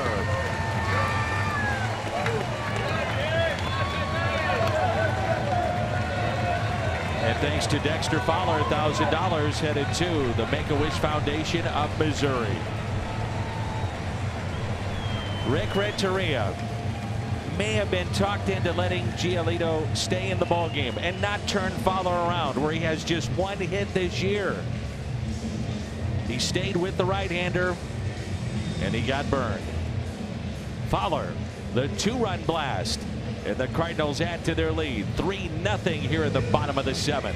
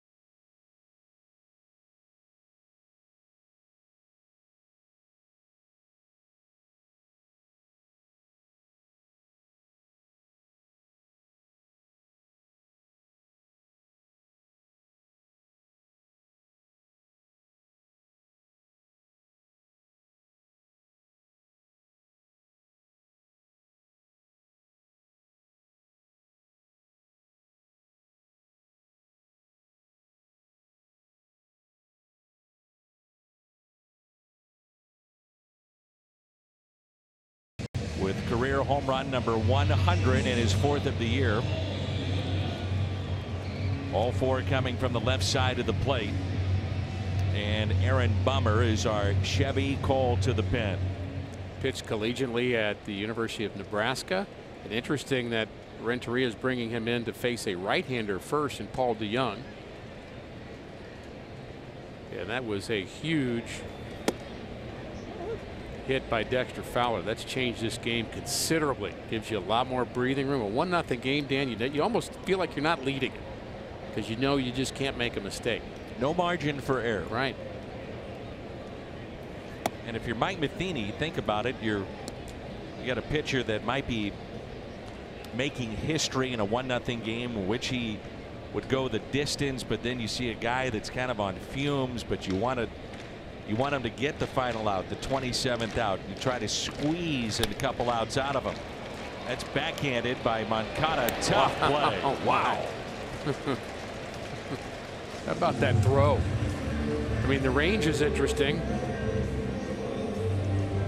but that throw was something else. So let's go back to the Dexter Fowler home run. We talked about the ball carrying, and he hit that one right on the screws. I think he knew it right away. Oops. Ball got in the way. Our crowd today, 37,298. 37298 as Wong is trying to bunt his way on with Martinez on deck.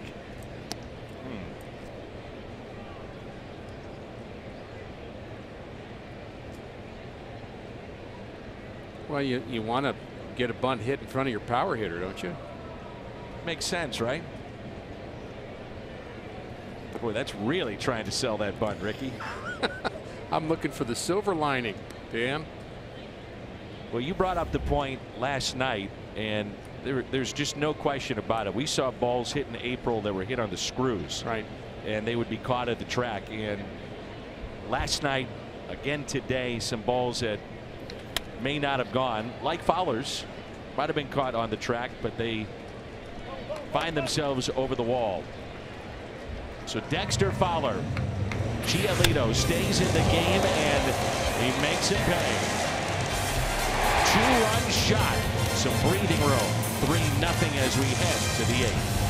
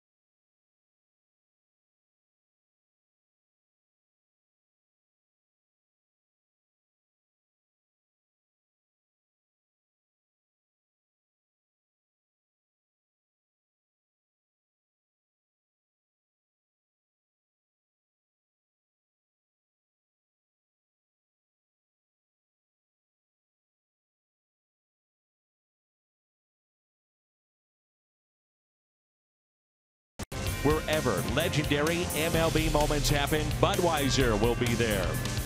And by Barnes Jewish Hospital and Washington University physicians, national leaders in medicine. Dexter Fowler, the 2-run homer, and the Cardinals now a 3-run lead. It's a home run by Carlos Martinez of all people in the 6th inning as Giolito seemed to be cruising.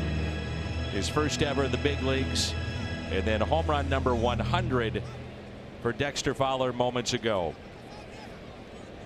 I read something recently, Dan, that only 5% of players that have ever played the game of baseball in the history of the game get to hit 100 home runs, and we've seen 3 of them. Right.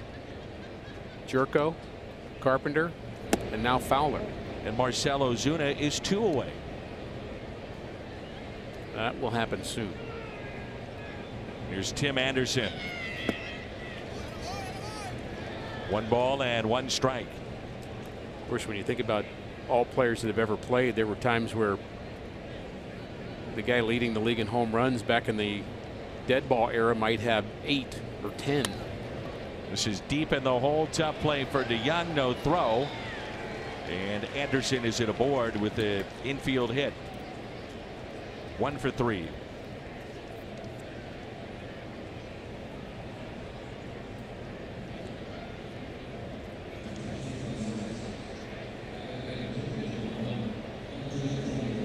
This will be Matt Davidson. Talked about it last night. He's had great power to start this year with 9 home runs. With 6 of the 9 coming at Kauffman Stadium. Check that, 7 of the 9 coming at Kauffman Stadium in Kansas City. First pitch is strike. And they have 2 third basemen, Sanchez and Davidson, but without the DH, even though he's leading the team in home runs, off today. But he's the power guy off the bench. White Sox collectively are just 1 for 8 pinch hitting. That's American League for you. 8 total. 8 at bats total. Right. Correct. Here's the 0-1. You might get that with a lot of double switches. You may see, you know, your whole bench used in a 3-4 game series multiple times in the National League. Cardinals have turned 2 double plays today. 1 ball, 1 strike on Davidson. The slider and a check swing did not go. Carlos now with 2 streaks of 12 scoreless innings or more already this year. Johnny Cueto has done that. Patrick Corbin of Arizona also in the National League.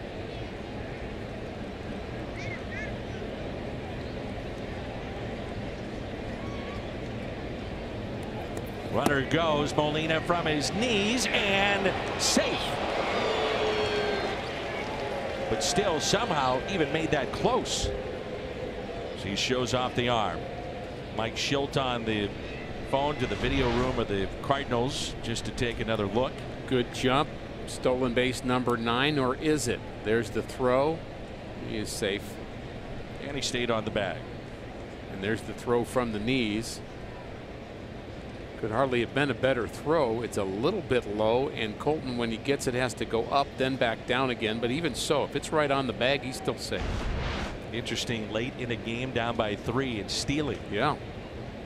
They're committed to it, aren't they? Yeah. 9th stolen base for Anderson. 3-2 the count.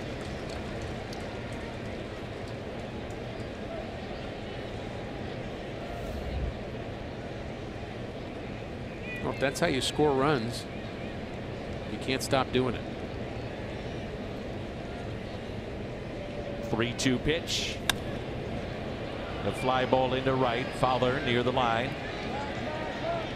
He'll make the catch. Runner stays put.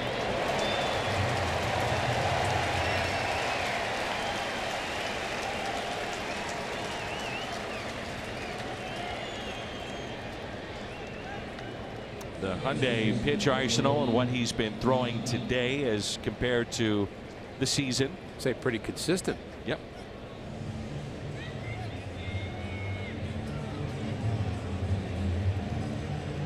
Pitch count at 99 for Martinez.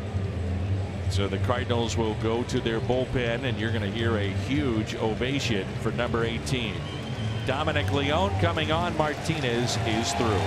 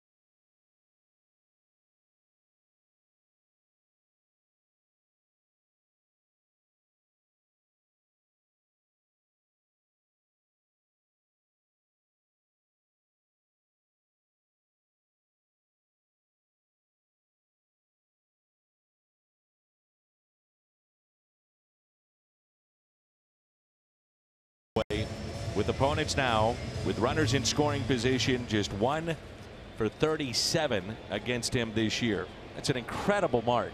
1 for 37.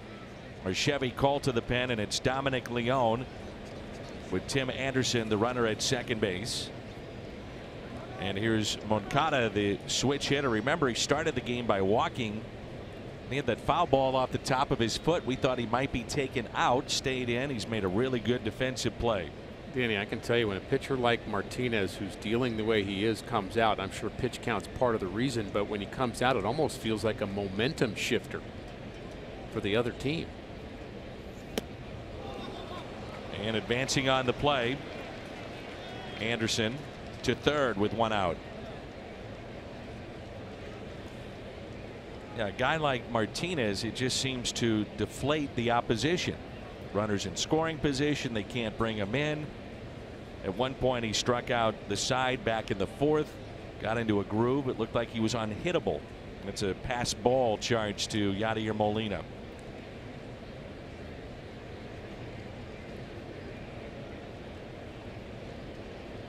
Outfield straight away, third baseman Matt Carpenter in a few steps. 1 ball, 1 strike.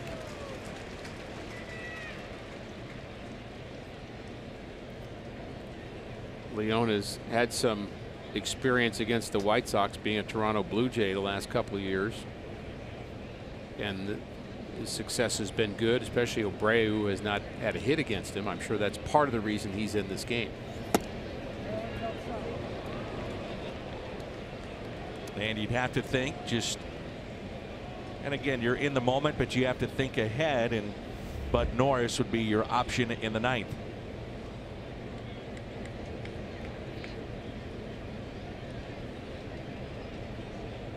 The 2-1.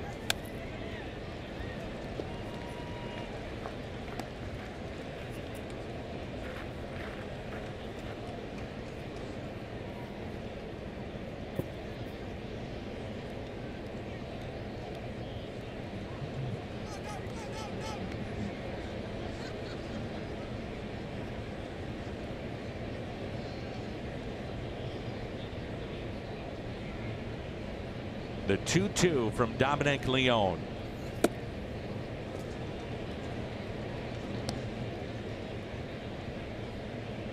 You're concerned about the idea of Abreu coming up with runners on, 2 spots away from him.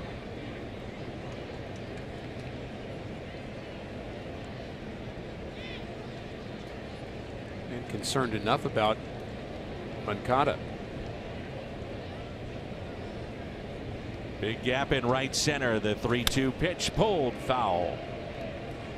White Sox have been struggling in this spot to start the year as a team, hitting .214 with runners in scoring position.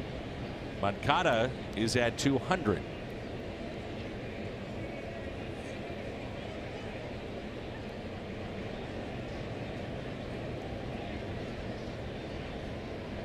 And it's another 3-2 pitch. Fouled back. Moncada does strike out a lot. You mentioned that last night. 48. He leads the American League in strikeouts. He is going to be a top player in all of baseball. Just barely gets a piece of this. He's only 21, as we mentioned. He and Anderson, the runner at third, who's just 24, are going to be the middle of the infield combo for some time. But we could use one of those strikeouts here. The 3-2 pitch. He walked him.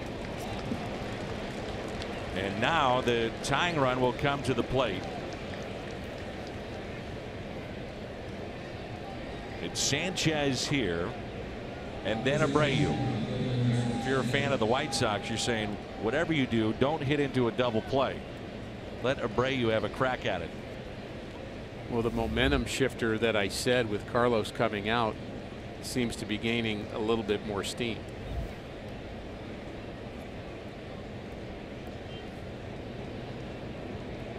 I would assume the reason was, and you alluded to it, pitch count right. 99, but the way he was going, you just wonder. And that pitch taken for a ball. Kind of an uneasy feeling here at the ballpark with a 3-0 lead. and just getting up Bud Norris, and you may have to ask him to go beyond the 9th to get a save potentially, but he's just up right now.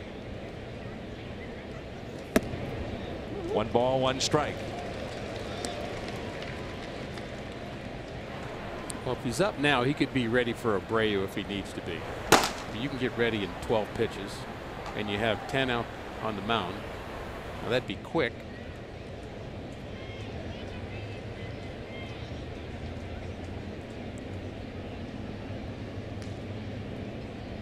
Here's a 1-1.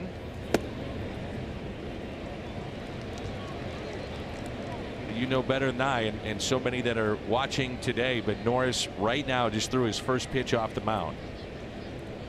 Yeah, there's a difference between playing catch and throwing it off the mound. I definitely, 10 to 15 pitches you can get ready, but you can also get winded if you try to get ready too fast. That's another reality. But there are things you can do. You can call pickoff moves to first. You can. Pitching coach comes out for a visit. Yes. All you need is 1 visit, and that's why those visits, you want to have a couple of them late in games. The White Sox, they've hit into 2 double plays today, and they lead Major League Baseball with 29, grounded into 29 double plays. The 2-1 pitch. Ooh. That was well framed by Yadier Molina. Thought that pitch may have been out of the zone. We'll look at it on our Facet Tire Service Fox tracks. There's Yadi pulling it in just a little bit. Probably was a strike, but he made it look even more so. Big pitch here.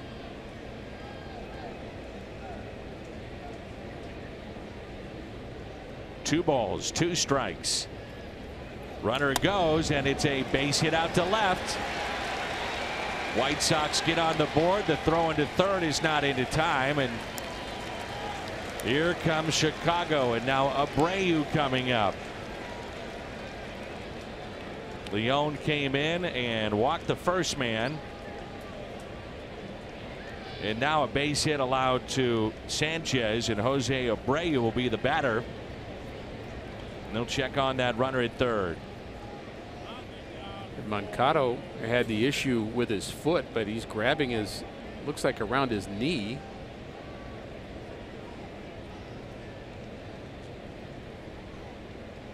He's had a tough day physically. There's the throw into third and the slide, and somehow rolled over his knee, perhaps. I don't know. I don't think the throw, by the way, should have gone to third. It's a good thing the batter, Sanchez, didn't notice that and get to second base, because he'd be the tying run at second base with Abreu at the plate. Yep. And so, Dan, the momentum has fully shifted in the other direction. So Moncada, his day is through.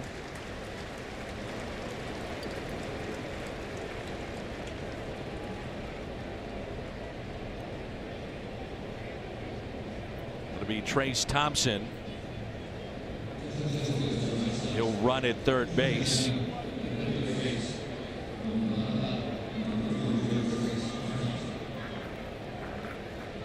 And here is Abreu. A double back in the 4th inning, lined out to right, popped out with 2 runners on in the first. This might be your ball game right here.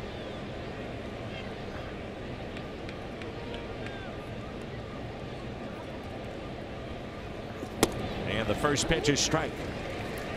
I mentioned Abreu has not had a hit against Leon, and I think that, again, part of the reason he's the choice. 0 for 5 with 2 strikeouts.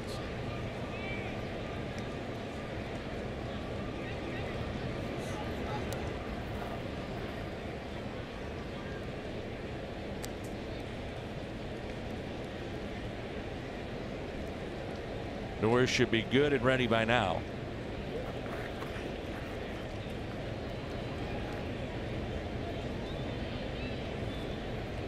The outfield very deep for the Cardinals. And the 0-1 pitch to Abreu. Fouled back, 0-2.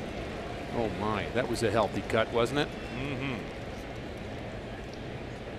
4 years of 100 RBIs or more since coming to play in the U.S.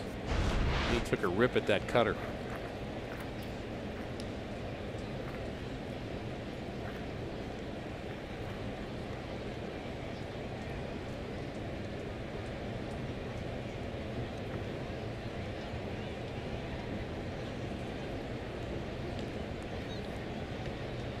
The 0-2. Abreu smokes it into right center, but there's Tommy Pham. A runner will score. That's Thompson to make it a 3-2 St. Louis lead. Boy, you hit that on the button.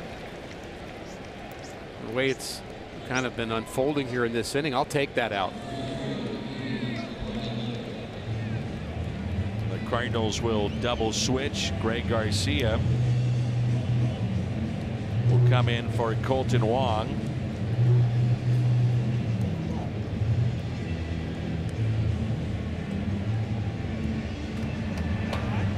Abreu, the RBI number 13, and Bud Norris will be asked to get a 4-out save.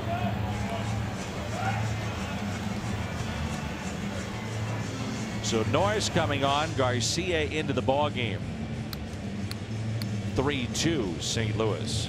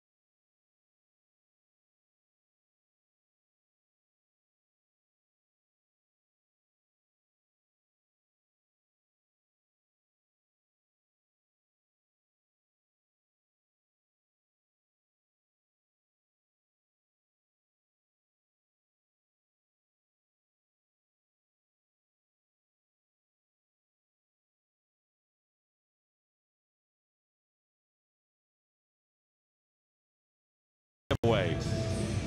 Get here early. Take home that jar. Cubs in town. Cardinals.com/promotions. So the double switch. Bud Norris into the ball game to pitch. He'll try to pick up a 4-out save. Greg Garcia takes over at second base. And Garcia will be the first batter for the Cardinals in the bottom of the 8th. Wasn't it nice that Bud Norris did that promotion for us while he was warming up? It's and amazing. Then came in. I mean, he's just multitasking here. Fast. Boom, boom. There's Greg Garcia. Norris, by the way, did have a 5-out save earlier this season. Was back on April 17th at Chicago in a 5-3 win. A very cold night at Wrigley. Nicky Delmonico, strike one. With 4 straight left-handers coming up, it tells you a little bit about where Mike Matheny is with his left-handers in the bullpen. Not quite confident to give him the keys to the car with a 1-run lead. And not that he'll never be that way, but you know, Tyler Lyons has been struggling a bit with his command, with his breaking ball. And Austin Gomber, you can't bring him in his major league debut in this situation, so he's forced to go to his closer.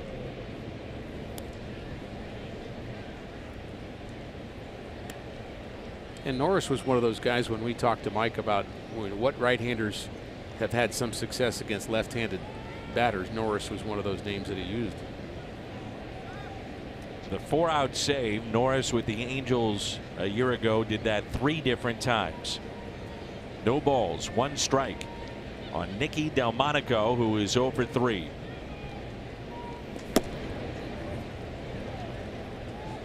Runner at first, Sanchez with 3 stolen bases this year.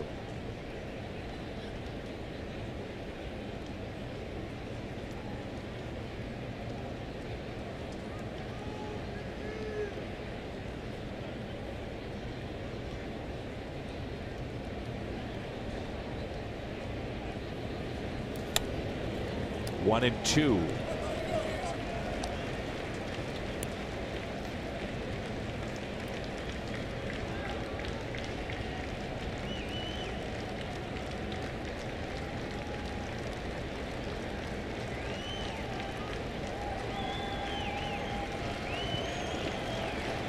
Outfield very deep, no doubles defense. Crowd comes alive here at Busch Stadium, nearly 40,000. The 1-2 pitch from Bud Norris. 2-2.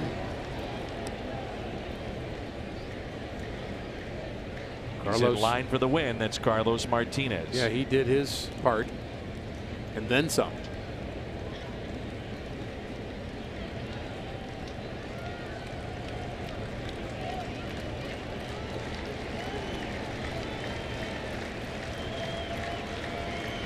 The 2-2 just got a piece. But throws that hard slider. Went at 92, his fastball at 95.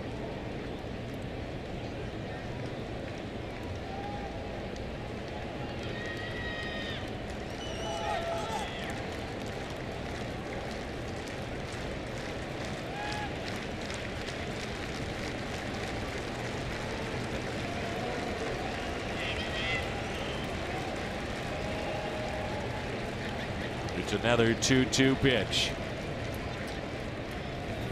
Outside corner, struck him out. Norris gets the final out here in the top of the 8th.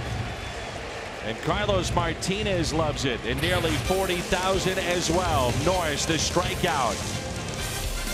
The quiet hands of Yadier Molina to frame that up. 3-2 midway through 8.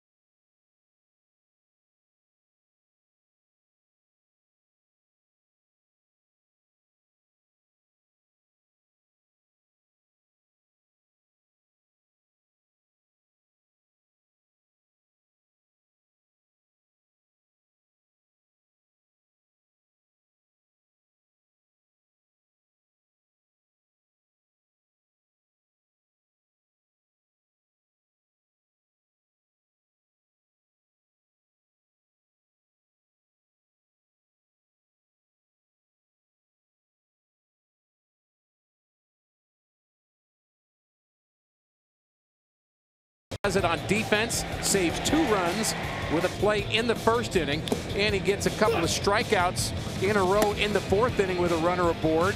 Awesome day pitching performance for Martinez, but look at this, a home run, the 1st of the career for Carlos Martinez. That gave the Cardinals the lead. He has done it all, defense, pitching, and offense. Here's Greg Garcia, part of the double switch. 1 pitch and a foul ball.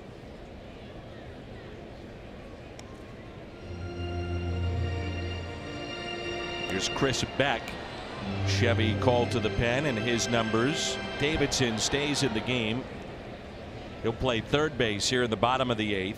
Sanchez from 3rd base to 2nd. And Trace Thompson is in left field.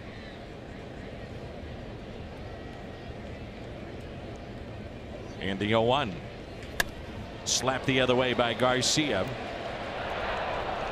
And there's one out.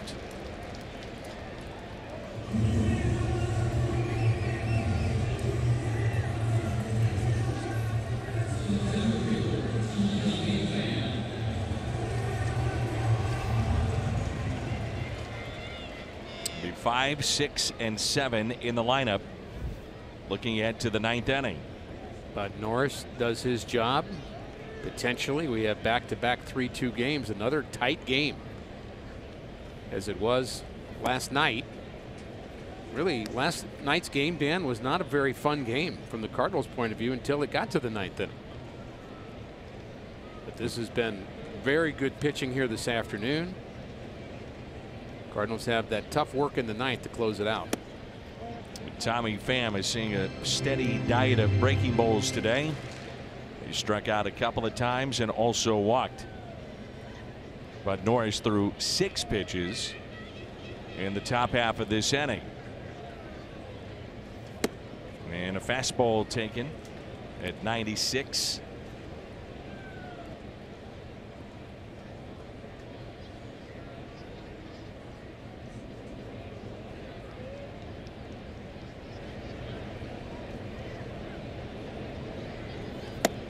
Another breaking ball, 2-2. Fair to say, if you're a relief pitcher in Major League Baseball now, you probably throw 96. Seems like every one of them does.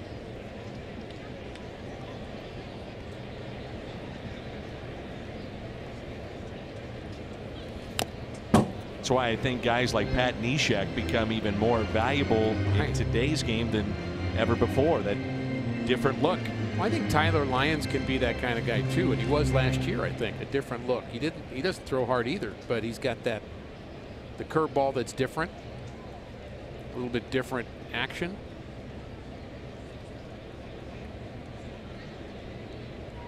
The 2-2 pitch to Pham. There'll be big days ahead for the Cardinals bullpen. The other reality, Dan, is if your bullpen isn't good or isn't capable of doing the job, you're not going to win. So you got to give them opportunities and build some momentum with your bullpen.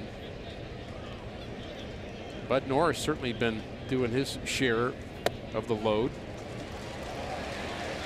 A couple of walks now for Tommy Pham.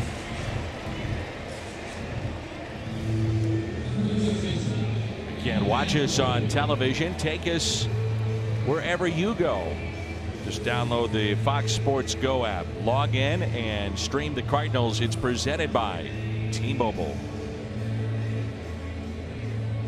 Juan Minaya, a right-hander, is throwing in the pen for the Chicago White Sox.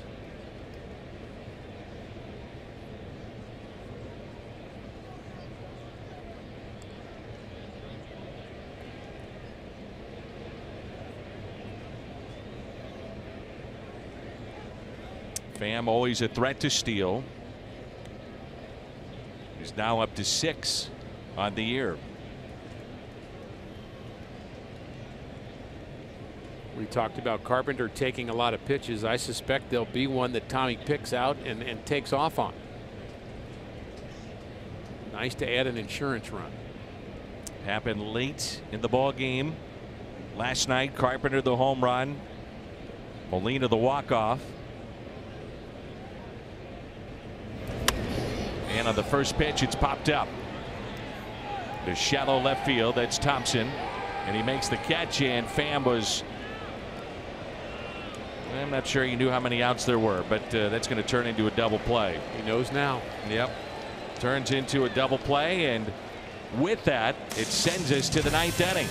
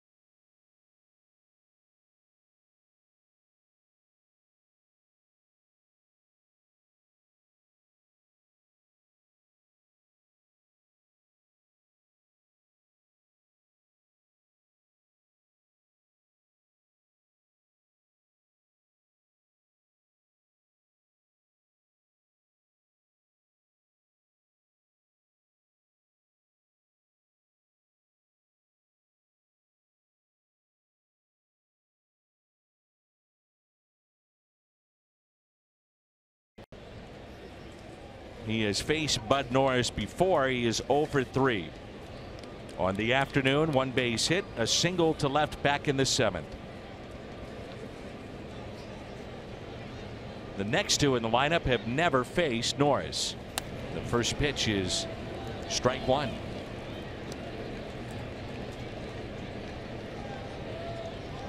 They do have a player on their bench, Wellington Castillo, who's 5 for 12. He's hitting 400 against Norris. Wonder if they'll be tempted to use him, even though he's a right-handed batter with the 3 lefties coming up. And one of those is your catcher. So, you know, it would seem like you're going with the numbers. That would be the move. The other thing to look at is you talk about righty-lefty matchups, which is the case here. All of that is on the table for Rick Renteria. 1 ball, 1 strike. Did he go? He did. Tried to hold up and he couldn't. And the count now 1 ball and 2 strikes.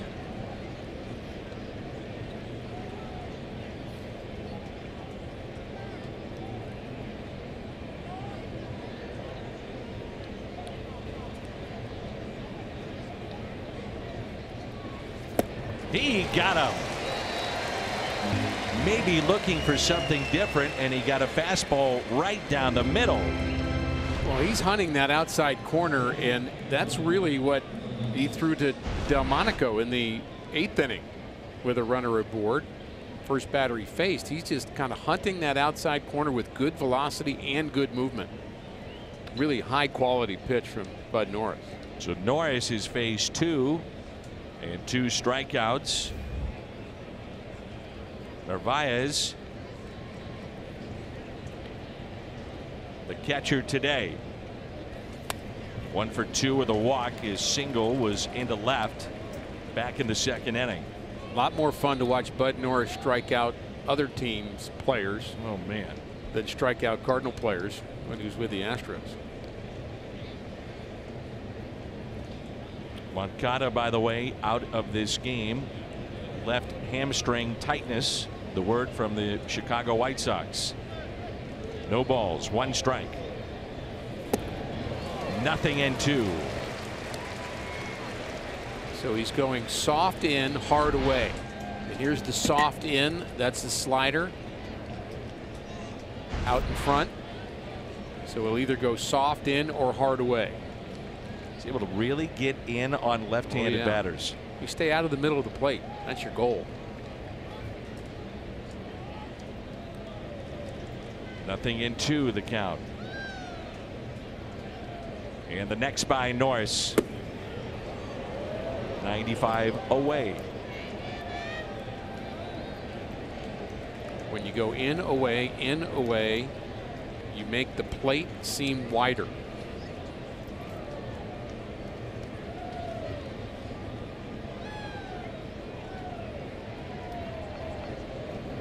Here's a 1-2 pitch.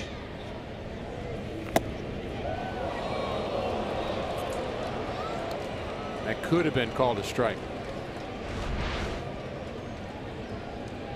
Oh boy. Oh, you talk to a pitcher, they'll say that was a strike. A hitter will say that was a ball.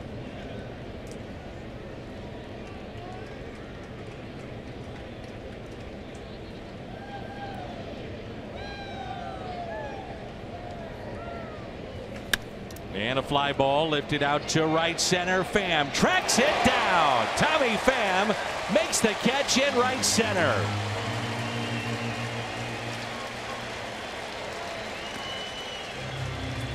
You know, day games can be very tough on Tommy Pham. He's talked about that in the past and nearly overran that ball, but got to it, made the play.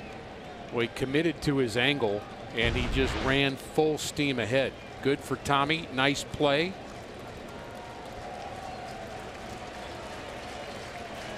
That's 3 up, 3 down for Bud Norris. Daniel Polka. 2 outs. Nobody on. Cardinals trying to pick up a 2-game sweep. Little chopper right side. This should do it. Garcia, Martinez, Norris the save, and the Cardinals win 2 straight against the White Sox. Another tight game and a 3-2 win. Well, Norris does his job again, but the day belongs to Carlos Martinez, who dominated here today. Outstanding start, picks up his 3rd victory, and the Cardinals off to a terrific start on this homestand. Left for dead last night until the home run by Carpenter. The Cardinals pulled that one out late. Today they jump out 3-0. They hold on 3-2, and they take 2 against the White Sox. Missouri Lottery Cardinals live next.